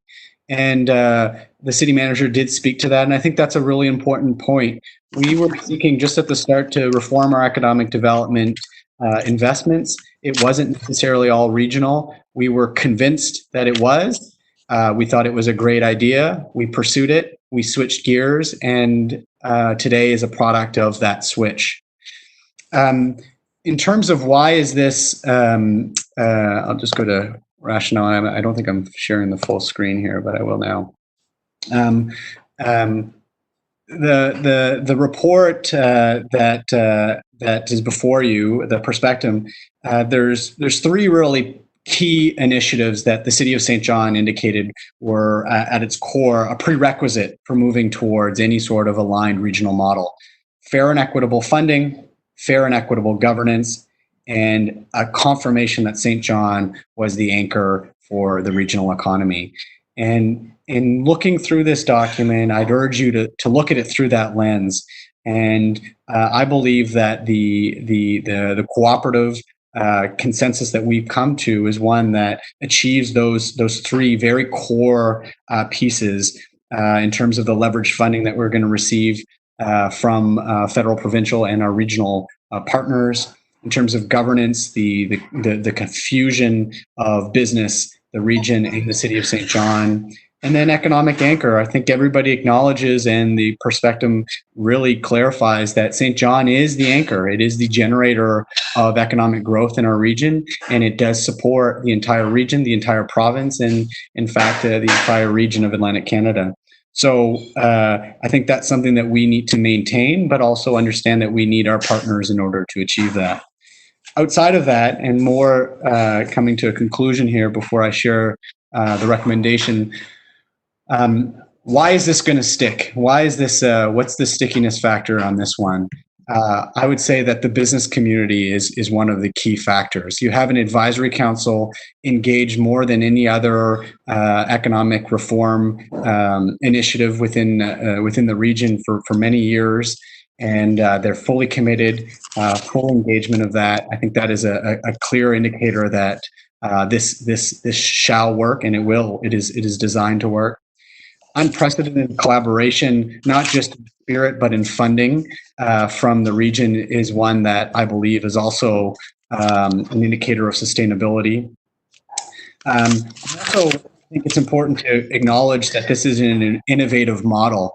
When you talk about putting all these different functions, remember, they were all separate before, with a separate board, with a separate CEO. And the idea would be that, yeah, they work together. And I do think that there was some strong collaboration, Now the synergies are unlimited. You know, the great marketing that Discover St. John does, how does that link to population growth and people attraction? How is that going to link to, you know, supporting an innovative district for our region? How is that going to work for supporting increased development? So I think the interplay between these different traditional functions is really where you're going to see the innovative product come to life. The last piece, and I think this is probably more from my perspective than anybody else's. Listen, I don't want to come back to council and do another review. I don't want to hire Kathy and David again. I'd like to work with them, but I don't want to hire them again to do this again. And they did a great job, as Paulette did, but that's not the objective here, nor has anybody thought that. And doing this with the region, taking that extra effort and just not doing it with the city, seeking the region's perspective, getting their support for a full regional model is one that will do that. And I think we've really gone a full circle with growth in St. John with this council, with this vote tonight in kind of really catalyzing a new future for growth. So the recommendations are fairly straightforward. Is to adopt the new aligned regional economic development model framework. It's also to have the city manager proceed with the necessary supports to support the Economic Development Advisory Council for next steps. It's to refer to budget expectations. So finance should receive this. Their expectations from 2021 to 2025. And it's also to send a letter of support from the City of St. John, confirming the city's commitment towards the new aligned structure. I'll leave it to our city manager if he wants to add anything more before we go to questions, and I will stop sharing my screen. Your worship, no, I think enough has been said. We would request that someone move the recommendation. I'll move it. Councillor Merrithew has moved it. Thank you. Seconded by Deputy Mayor.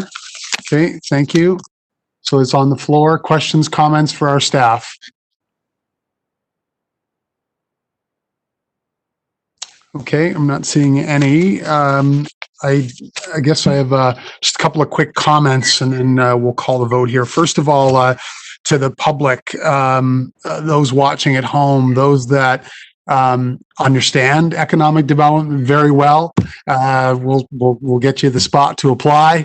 Those that don't, that just want to know where are the jobs, when are people moving here, how do we have a better quality of life, how do we measure livability, what economic measures are we going to put in place, social, cultural, I'd say just stay tuned. We're going to take that conversation to another level. To the very pragmatic, left-brained governance experts, governance, strategy, objectives, metrics, accountability, transparency, collaboration. Stay tuned. We're going to take that to another level. To the other mayors and councils, thank you for staying engaged, staying in this conversation. The conversations were challenging at times, but look at where we are. Unanimous votes of every other council to set this council up to vote here in a couple of minutes. Thank you. Thank you to my fellow mayors. To the advisory committee, you can all pop up tomorrow. We all have paper mache keys for you to the city. You can pick them up.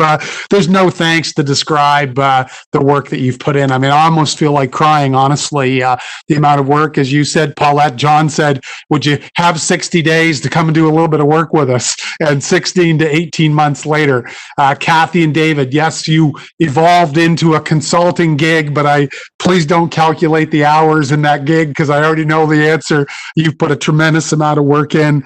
Thank you. To our city staff, John Collin, Jacqueline, Phil, all the other folks I'm forgetting, to all the other CAOs and all of their staff, thank you. To the agencies, this isn't about anyone doing anything wrong. It's about standing on your shoulders of the tremendous work you've done in the past so that we can go to another level. To the board chairs, to the boards, thank you. I love your word, Kathy. It's a new path forward. And lastly, to this council, Phil, you took my thunder. This council, for your focus and your determination to challenge status quo from day one, develop a strong vision, and focus every day on growth, our finances, and on provincial reform. So COVID's given us another year to push the ball further down the field, and let's not stop pushing. So I'm really proud, and I'm one of the proudest moments in my 4 and a bit years to call for a vote on this question and on the recommendations that are on the floor. So with that, I'll say all those in favor, please show hand. Thank you. And anyone contrary minded? I'm not hearing any. So that is a unanimous vote, joining all of the other councils in this monumental night tonight, folks. Thank you very, very much. Paulette, Kathy, and David, and to David's parents, thank you for being with us tonight. And what time's the meeting, Paulette? 8 o'clock tomorrow morning, I think I heard you say. 8 o'clock. Okay, well, thank you very much. Thank you, everybody. Okay. All right, Common Clerk, you can get us back onto our agenda, please. Yes, Your Worship. So we do have a few bylaws to take care of. First one is 10.1 on your agenda, and it's a proposed zoning bylaw amendment for 913 Lattimore Lake Road. This is third reading. It would require 2 motions of council. The first can be to read it in a summary, and the second to read the bylaw by title. Okay, moved by Councillor Hickey by summary and seconded by Councillor McKenzie. Thank you. Your microphone, John, is just messing us up a bit. Thank you. Okay, thank you. And on that question, I'll call that question. All those in favor? Thank you. And anyone contrary minded? Not seeing any. Thank you. Over to you, Common Clerk. I hope the microphone works okay here, but this is zoning bylaw amendment 913 Lattimore Lake Road. The zoning bylaw of the City of St. John enacted on the 15th day of December 2014 would be amended by amending the definition of mobile or mini home to allow for a mobile or mini home to contain 1 or 2 dwelling units. Also, it would amend the existing definition with new definitions to provide clarity with respect to the interpretation of these land uses. Also amending section 9.8 garden suites to provide clarity with respect to the interpretation of these land uses. And the reason for the change is to permit mobile or mini home to contain 2 dwelling units in the manufactured housing development located at 913 Lattimore Lake Road. Okay, perfect. Thank you. And by title, please, Council. Thank you, Councillor Hickey, and seconded by Councillor Sullivan. Thank you. And on that question, I'll call the question. All those in favor? Thank you. And anyone contrary minded? Not seeing any. Thank you. A law to amend the zoning bylaw of the City of St. John. Okay, thank you. Next item. 10.2 on your agenda is a public presentation for 2304 to 2310 Ocean Westway. Okay. Deputy Commissioner Poffenroth will read us a public presentation summary. Perfect. Thank you. And Ms. Poffenroth is our acting Growth and Community Development Commissioner this week as well. So 2 hats. Over to you, Ms. Poffenroth. Thank you, Your Worship. Tonight is a public presentation to initiate Council's process to consider a proposed municipal plan amendment for lands located at 2304 to 2310 Ocean Westway. As required by the Community Planning Act, I will now read the public notice for the plan amendment into the record. This will initiate the 30-day public comment period during which members of the public can make written submission on the proposed amendment. Mr. Melanson will be sharing his screen at this time to show a map of the lands impacted by this public notice. Public notice is hereby given that the Common Council of the City of St. John intends to consider an amendment to the Municipal Development Plan, which would redesignate on Schedule A of the Municipal Development Plan a parcel of land with an area of approximately 1.61 hectares located at 2304 to 2310 Ocean Westway, also identified as PID number 55007074, and a portion of PID number 004658856 from stable area to employment area. And 2, redesignate on Schedule B of the Municipal Development Plan a parcel of land with an area of approximately 6258 square meters located at 2304 to 2310 Ocean Westway, also identified as PID number 55007074, and a portion of PID number 004658856 from stable residential to stable commercial.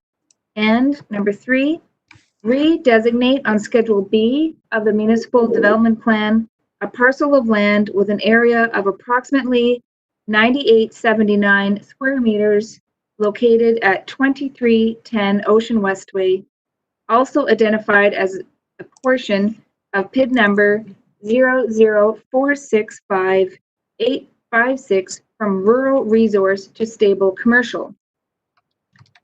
The reason for the proposed change is to facilitate a proposed commercial building. Written objections to the proposed amendment may be made to the Council by August 20th, 2020. Inquiries may be made to the Office of the Common Clerk or Growth and Community Development Services at City Hall, 15 Market Square, between the hours of 8:30 a.m. to 4:30 p.m. Monday to Friday. This concludes the public presentation. Thank you. Okay, thank you very much, Ms. Poffenroth. So that, Common Clerk, that does not require any vote, if I'm correct? That's correct. Okay, thank you. Next item. Thanks, Ms. Poffenroth. 10.3 in the agenda is Economic and Community Recovery Street Events and Traffic Bylaw, and the City Manager will introduce this one. Okay, thank you. City Manager. Your Worship, members of Council, you have before you this evening a requested a change to a bylaw.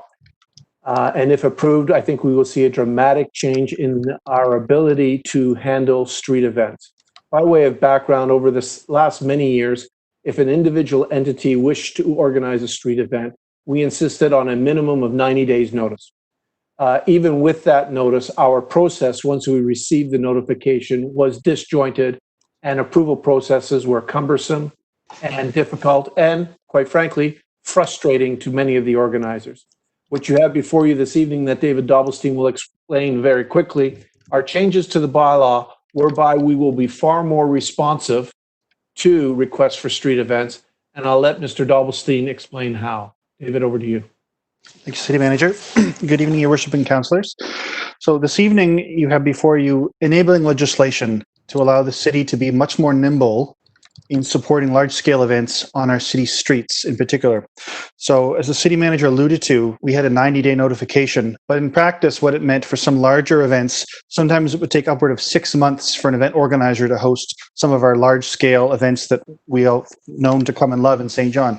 So what you're seeing before you is just, it's the back end for what we'll be able to change going forward. And so this new schedule will be something that the public won't necessarily see, but it will enable the city to move much more quickly. So the first thing that it does, it establishes a new special events task force made up of staff from every service area that has respective authority as it relates to events. This is a best practice that we discovered across Canada. This is something that our event planners were asking us to do. The past practice was that they would have to go to each department on their own, and that was very cumbersome for them. Now they have a one-stop shop, essentially. For all inquiries related to events, there'll be one application form, one single point of contact, and then they'll be able to meet with the task force all together at once. And then the task force will be able to ask any questions or make any specific requests. And then the task force will also be able to ask them to make any changes and then pursue recommendations to the city manager for approval, which also will expedite events, because in the past, only council could approve that. The other authorities that we're suggesting tonight that you'll see is new authorities for the city manager as it relates to approving permits to host events on streets, as well as for permission for the city to allow alcohol, provided all necessary provincial permits are established. This will also allow our neighborhoods to host block parties and play streets, which is something that we've been talking about in our virtual town halls. There's also a simplified process for event organizers to appeal, both to the city manager or to council if they have issues. And then finally, this will also allow the city to start charging for fees if we so choose for specific events, or more importantly, cost recovery. There's been specific events in the past where the city does a tremendous amount of heavy lifting, where some events literally would not happen without the city. I'm thinking, for instance, of the old Pavilion Cup that used to happen at Lily Lake. City staff were tremendously involved with that, spent dozens, if not hundreds of hours every year preparing that lake. That event would not have happened without staff. And so those things also cost time and money. And so one of the options that we'll be looking at is what is fair cost recovery for these events? But at the same time, we don't have anything before you tonight. This is just enabling us to start having those discussions with event organizers, because we're well aware that we also want to encourage people to host events. We don't want to make it so cost prohibitive either that they wouldn't host events to begin with. So what you see before you now with the Special Events Task Force, we've been putting into practice on a trial basis the last few weeks. So with the legislation, the bylaw changes that council adopted 2 weeks ago, we now have an open streets program that we've been piloting. In what used to take 90 days, we are turning around applications in 3.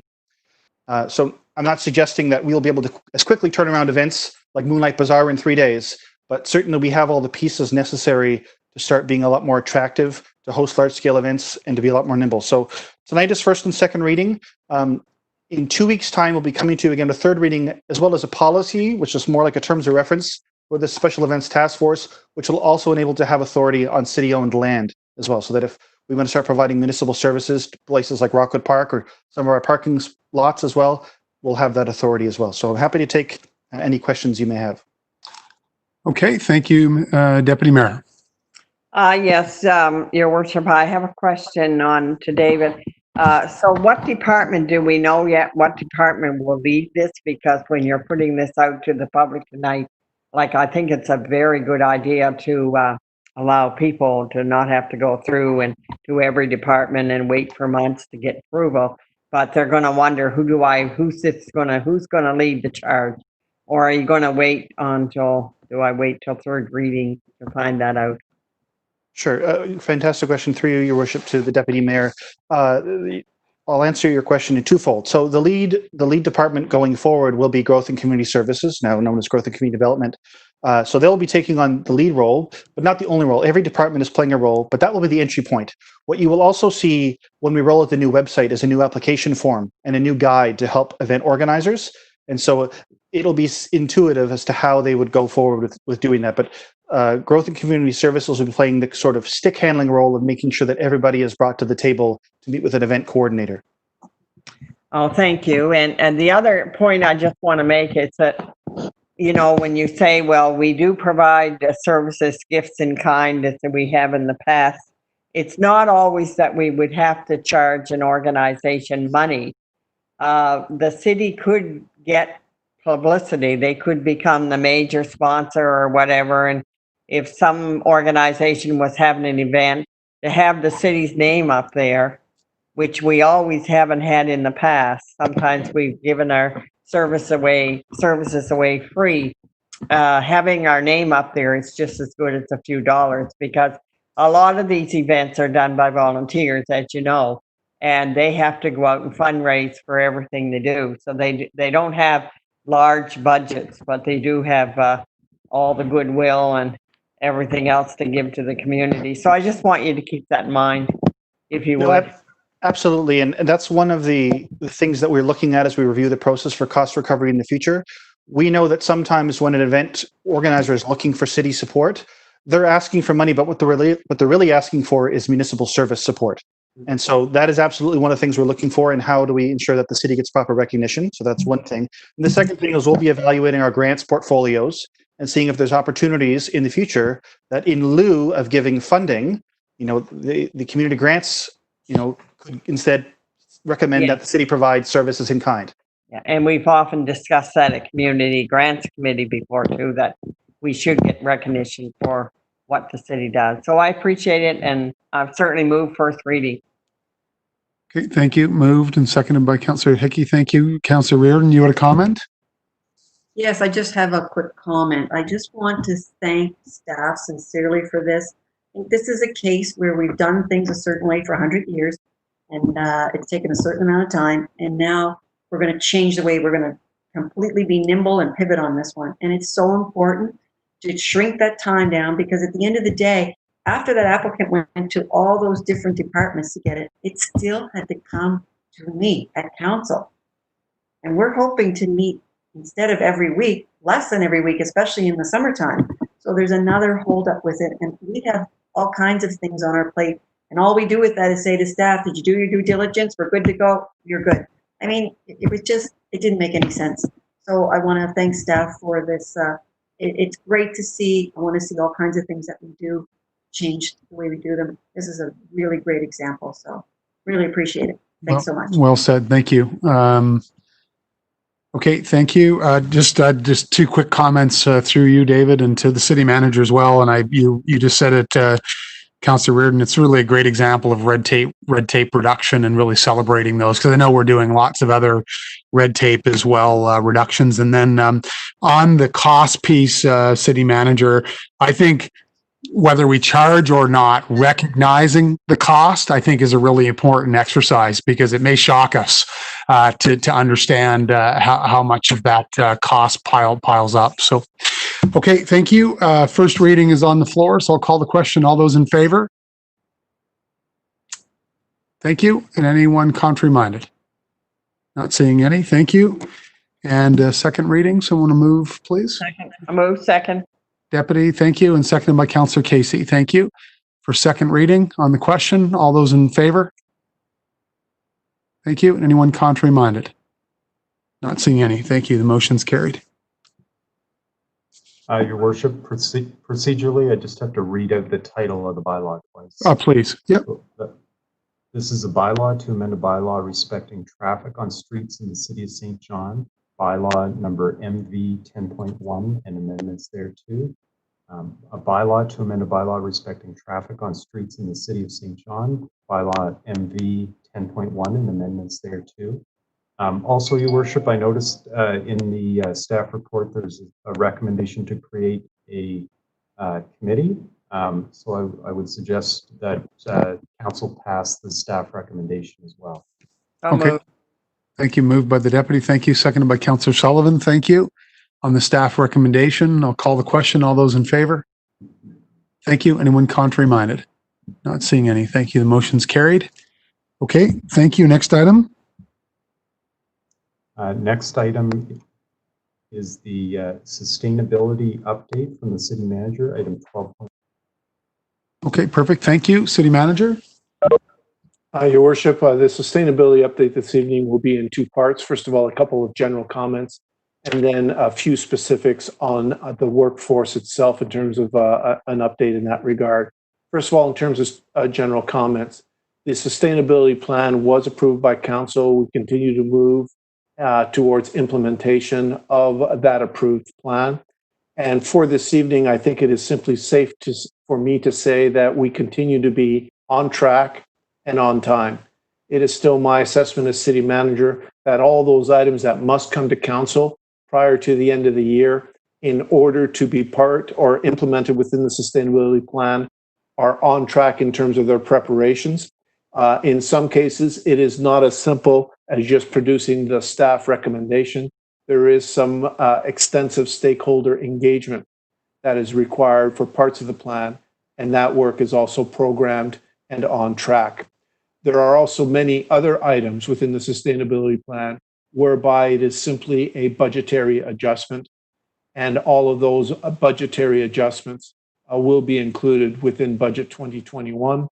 Finance Committee will be briefed on the process for Budget 2021 at next week's Finance Committee meeting, but our recommendation is that we strive to have an approved provisional budget in place by the end of August. That is a dramatic acceleration from past years. There are many reasons for that that will be explained in Finance Committee. It will be a provisional approval because, of course, we will not have received from the province yet the tax roll for next year, nor the details on the conditional grant. So it will be revisited in November, but at least we will have a very good indication by the end of August in terms of those budgetary adjustments. With that as the general comments, I would like to turn my attention to a workforce update to Common Council for your awareness. First of all, I would like to address COVID-19 impacts on the workforce. This table shows you the number of employees, city employees, that we have hired for the past 2 years and that we have hired this year as well. In 2018 and 2019, and in fact, the data is similar in the years prior to that, we hire in the neighborhood of just over 100 employees, either casuals or students, in order to address the surge requirements or the additional workload of the summer season. And that's everything from cutting grass and planting flowers, to maintaining our ball fields and other sports fields, to doing extensive road work, to doing additional projects in water and in public works. The list goes on and on and on. That is a substantial increase in the size of the workforce on a seasonal basis each and every year. Because of COVID-19 this year and our clear identification that we must control our spending because we still must balance our budget by the end of the year, we put a freeze on the hiring of casuals and students. And in fact, we terminated almost all the casuals we had on staff. Based on subsequent financial analysis, we have managed to hire some of those back, but you see the figures. And in short, for this summer season, we are working with approximately 80 positions less than in any given normal year. And in fact, within the students, a large number of those students are performing ambassador type roles to monitor social distancing and safety practices related to COVID-19 that we would not normally experience in other years. So the impact on the workforce is dramatic because of COVID-19. This next slide shows the longer term sustainability decisions that have been made in order to address our $10 million deficit that occurs on the 1st of January. Right now, as we speak, we have already reduced by 3 management positions. The individuals have retired, have moved on. We have reduced 2 inside workers, and we have already reduced 6 outside workers because of the new collective agreement that has been signed.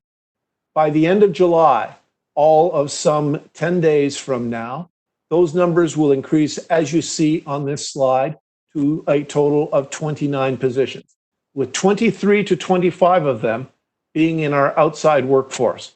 And our outside workforce obviously does the lion's share of the work in terms of our seasonal program.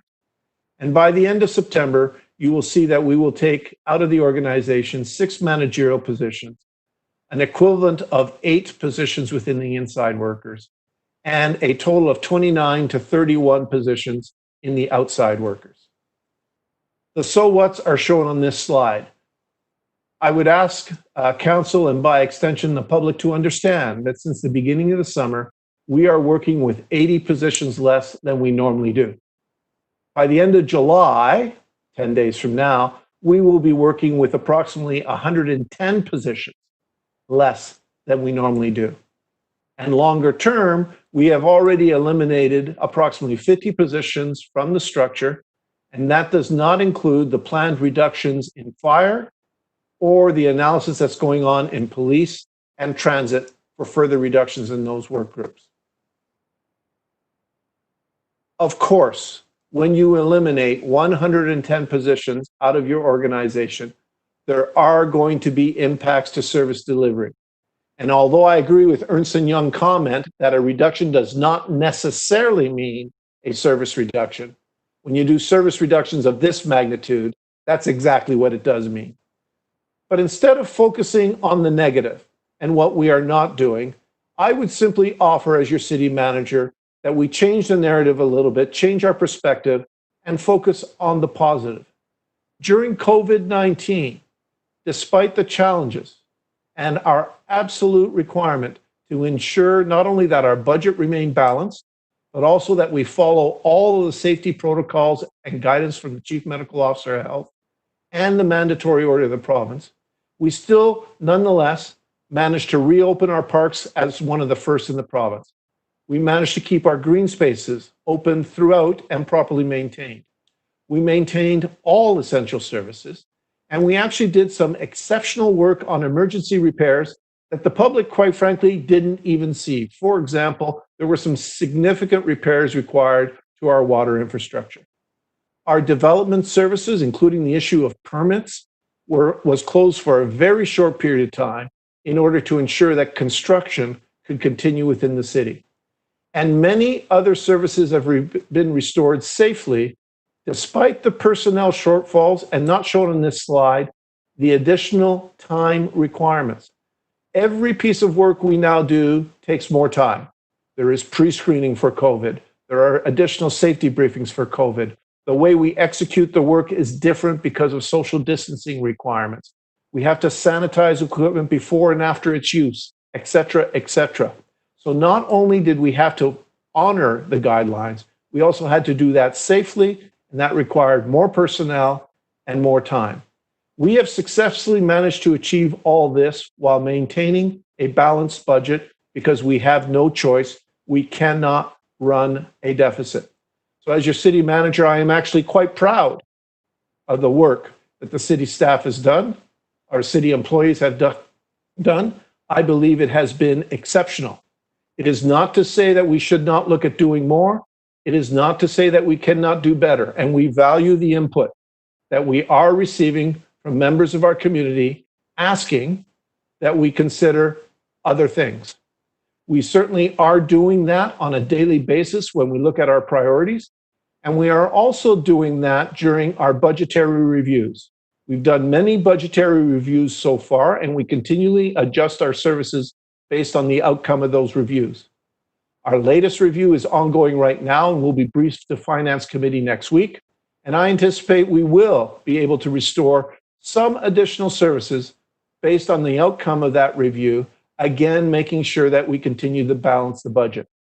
But in conclusion, I would simply wish to stress again to Council that with 110 positions less in the organization 10 days from now and 80 positions less since the beginning of the summer, I would simply like to recognize the outstanding efforts of the remainder of the team to accomplish what has been accomplished in a year that is not a normal year. Your Worship, with that, I'm happy to take any questions. This is simply for information this evening. So, okay, thank you, City Manager. If you'll stop sharing, I'll see if there's any questions. Questions, comments, anyone?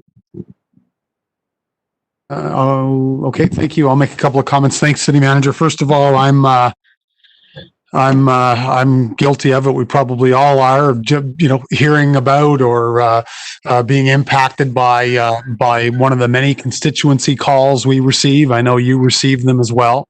Certainly what I've recognized, I think I said this a few days ago, is how proud people are of our city in its normal state, how beautiful it looks, the flowers on King Street, and so on. I think what you just laid out for us shows that it is not a normal year. And I think that important context is critically important. I guess my comment is this: I think how we continue to communicate and engage with citizens so they understand where we are, and how we continue to, through our upcoming strategic planning exercise, better understand not only what citizens value, but helping them understand. I don't know if you can see over my left shoulder, but I purposely put my mason jars out tonight to show if you want to take money out of that mason jar, to put it in another mason jar, like that's how it works. So I think that was important context that you shared tonight with the City Manager, and I think we should keep sharing and make sure we're engaged with the public on what matters most to them. So thank you. I'll just have a receive and file, and thank everybody for what they do.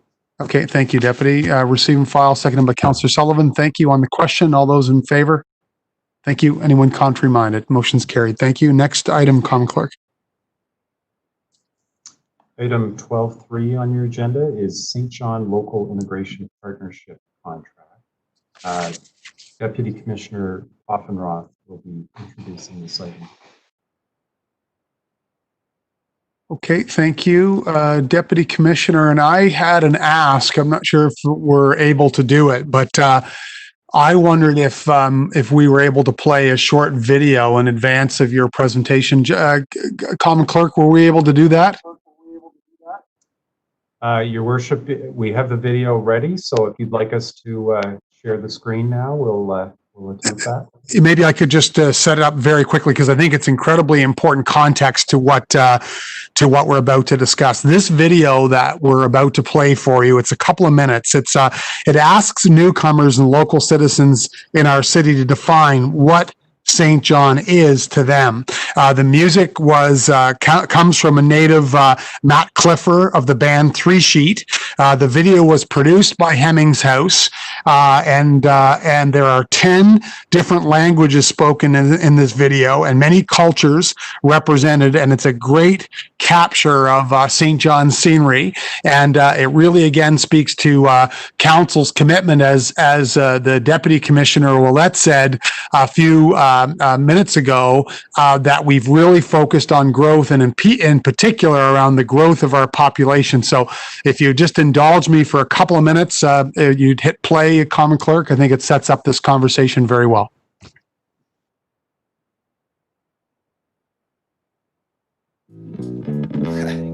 It is.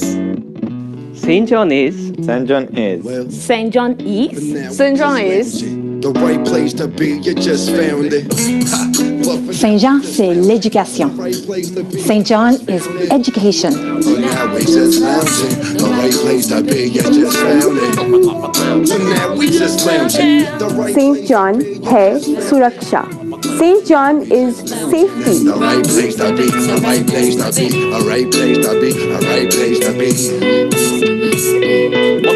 St. John هي الرعاية الصحية. St. John is healthcare. So now we just lounging. The right place to be, you just found it. 圣约翰是多样性、多元化。St. John is diversity. The right place to be, you just found it. A right place to be, a right place to be. St. John هي نشاطات للجميع. St. John is activities for all. Now we just lounging in the right place to be, a right place to be, a right place to be, a right place to be, a right place to be, a right place to be. St. John is arte y cultura. St. John is arts and culture. You just found it. But now we just lounging, the right place to be, you just found it. St. John は自然へのアクセスが便利です。St. John is access to nature. A right place to be, a right place to be, a right place to be, a right place to be. St. John este o oportunitate. St. John is an opportunity. But now we just lounging, the right place to be, you just found it. But now we just lounging, the right place to be, you just found it. St. John is lifestyle. Just lounging, the right place to be, you just found it. The right place to be. St. John is friendly people. The right place to be, a right place to be, a right place to be. St. John, traffic jam bien niha. St. John is no traffic jam. Now we just lounging in the right place to be, the right place to be. St. John is newcomer support.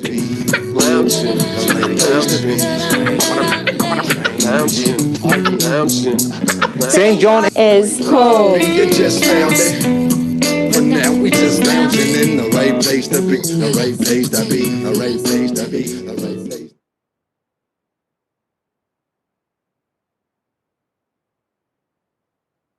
Perfect. Well, thank you very much to the team that put that together, and over to you, Ms. Poffenroth. Thank you, Your Worship, for sharing that. A great segue into this item for sure.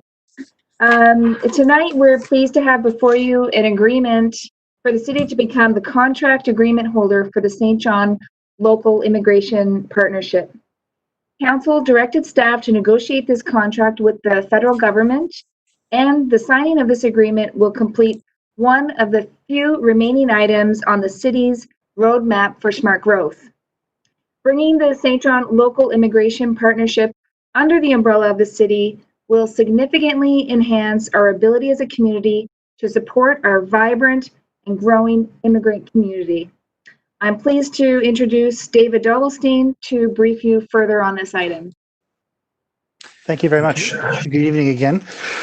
So as the acting commissioner pointed out, this is a remaining item of our roadmap to smart growth. Council directed staff to follow up with the federal government in pursuing this agreement. LIPs, as we call them, local immigration partnerships, are found across Canada. They are federally funded, community-wide, multi-sectoral partnerships that strengthen a community's capacity to support immigrants. They improve integration outcomes through enhanced economic, social, political, and civic participation. And we have had a LIP, or SJ LIP as we call it, in St. John for the last 3 years. It was hosted by the Human Development Council. So they had the foresight that this would be good for the city. They saw the writing on the wall that we were going to start attracting more newcomers, and we needed to make sure when they arrived, they had supports in place beyond just the initial days of early settlement supports that they'd get at a settlement organization. So the LIP has been running for 3 years, and Human Development Council at the very outset had agreed with the city that they would host it temporarily and then we would embed it in the city hall. The standing members of the LIP committee are found on page 2 of the report, but you can see there's wide support from various large stakeholders in the community that are all addressing newcomer issues in the community. And so what this promises is the federal government will basically pay 87% of the operating costs of the program. The expectation for the city would be to operate the program, to support the local community, and to support our local organizations in improving outcomes, in getting greater alignment on support services that newcomers need, addressing things like education, improving healthcare, settlement, anti-racism campaigns, which are very common with LIPs across Canada. When we looked across the country, the majority of cases, LIPs are hosted by their host community. They're usually hosted at City Hall for the reason that this is not just about getting people here. In fact, LIPs aren't allowed to do talent attraction. They're not allowed to recruit immigrants. The purpose of a LIP is to make sure that there's wraparound support from the community when they get here and to make sure that they stay. So we had a long discussion with our consultants as well on economic development alignment as to whether this would align with that. And David Campbell, who is also a member of the LIP in Moncton, was firmly of the belief, as your staff are, that this is a separate thing. Economic development is about talent attraction and population growth, and a LIP is primarily about supporting immigrants when they arrive and making sure they get the services that they need. So that's basically the idea here. Is we would start a contract with the federal government in September 1. We would continue on for 5 years. We would actively pursue alignment opportunities with the Economic Development Agency if they so choose. It's important for council to understand that the manager of this program, the majority of their work will be constituting, supporting the actual LIP itself and their working groups, which I know some members of council are members of those working groups as well. So I'm happy to take any questions that you may have. Okay, can I have a mover of the recommendation first, please? I'll move it. Councillor Sullivan, thank you. And seconded by Councillor McKenzie, thank you. And questions, Deputy Mayor? Well, I just wanted to mention, Your Worship, that we discussed this at the Growth Committee, and we were very much in favor of it. We've had somebody doing this now for at least a year and a half or 2 years, so it's continuation. So I think it's a good service. So very supportive. Okay, thank you very much. Anyone else? Thank you, Councillor McKenzie. Thank you, Worship. I just want to thank Zune and Abiola for all they've done for the LIP in the last 3 years, and look forward to the new transition into the city. We've got lots of experience, knowledgeable people, and I think it's going to be a very good program for the city of St. John. Thank you. Okay, perfect. Thank you. Just a couple of very quick comments. Thank you, Mr. Dovelstein and Ms. Poffenroth. I think this was always part of the plan. I think we've seen some very positive momentum. The video that we played for council and for the public and media, I think, is a great illustration of how much more diverse the city has become, even in the last short few years. Thank you to the federal government. This agreement will see 87% of the cost costs covered by the federal government, and it just continues a lot of really great work. So with focus and with action and the right plans comes results. So I think this has always been the plan, and I thank you, David, and everyone else that have been involved, Mr. Doppelstein, in getting this to us tonight at council and to the city manager. Okay, with that, the recommendation is on the floor. I'll call the question. All those in favor? Thank you. And anyone contrary-minded? Not seeing any. Thank you. Motion is carried. Next item. Next item on the agenda is 15.1, and these are letters of support for the regional economic development model. You'll see that there are 16 letters of support attached, and we just require the one motion to receive and file. So, okay, I perfect. receive and file 15.11 to 15.116. Okay, thank you. Moved by the deputy, seconded by Councillor Reardon. Thank you for that. So I guess we've moved to receive and file. I was going to ask that we just send a quick thank you note off. But anyway, I will say thank you. Can we modify that motion, Council? Like could we? So deputy, you moved it. So receive and file with a thank you, a short thank you note sent out. Okay, thank you. Move. Yeah, Thank you, deputy. And you're okay, Councillor Reardon, with that? Okay, thank you. Yeah, I just want to say thank you to all the folks that did take the time to write. So with that, I'll call the question. All those in favor? Thank you. And anyone contrary-minded? Not seeing any. Thank you. And Common Clerk. One more item, sorry. Your Worship, yes, the final item on the agenda is 15.2, and it's a letter from the Premier with respect to racial discrimination. Yep, perfect. Thank you. Receive and file and thank the Premier. Okay, thank you. So thank you. Moved by the deputy, second by Councillor Sullivan. I guess it's just a note. I mean, it is a receive for information, but within that letter, the Premier does say, we got your note. We've met with the St. John Black Lives Matter movement. I mean, I don't want to see it stop there. The Premier says, let us know when you'd like to meet for the next steps. So certainly we'll be following up with the Premier on what those next steps can look like. But with that, we'll receive the letter for tonight. And on that question, I'll call all those in favor. Thank you. And anyone contrary-minded? The motion is carried. Now it's 9:33. We have at least till 10. Just kidding. Anything else, Common Clerk? That's it? That's everything. Okay, motion to adjourn, please, Council. Adjourn. Thank you, Councillor Hickey, seconded by Councillor Sullivan. Thank you. And thank you, Councillor Sullivan, for the reminder on the mask. I will give a kudos to New Brunswick. I spent a few days in New Brunswick and Nova Scotia last week, and we're doing very well with our mask use indoor in New Brunswick. Nova Scotia wasn't horrible, but New Brunswick is doing quite a bit better. So thank you for the reminder tonight, Councillor. On the question, all those in favor? Thank you. Anyone contrary-minded? No one. Thank you very much, City Manager, Council. Big night tonight for all of the important subject matter. Have a good night. Good night.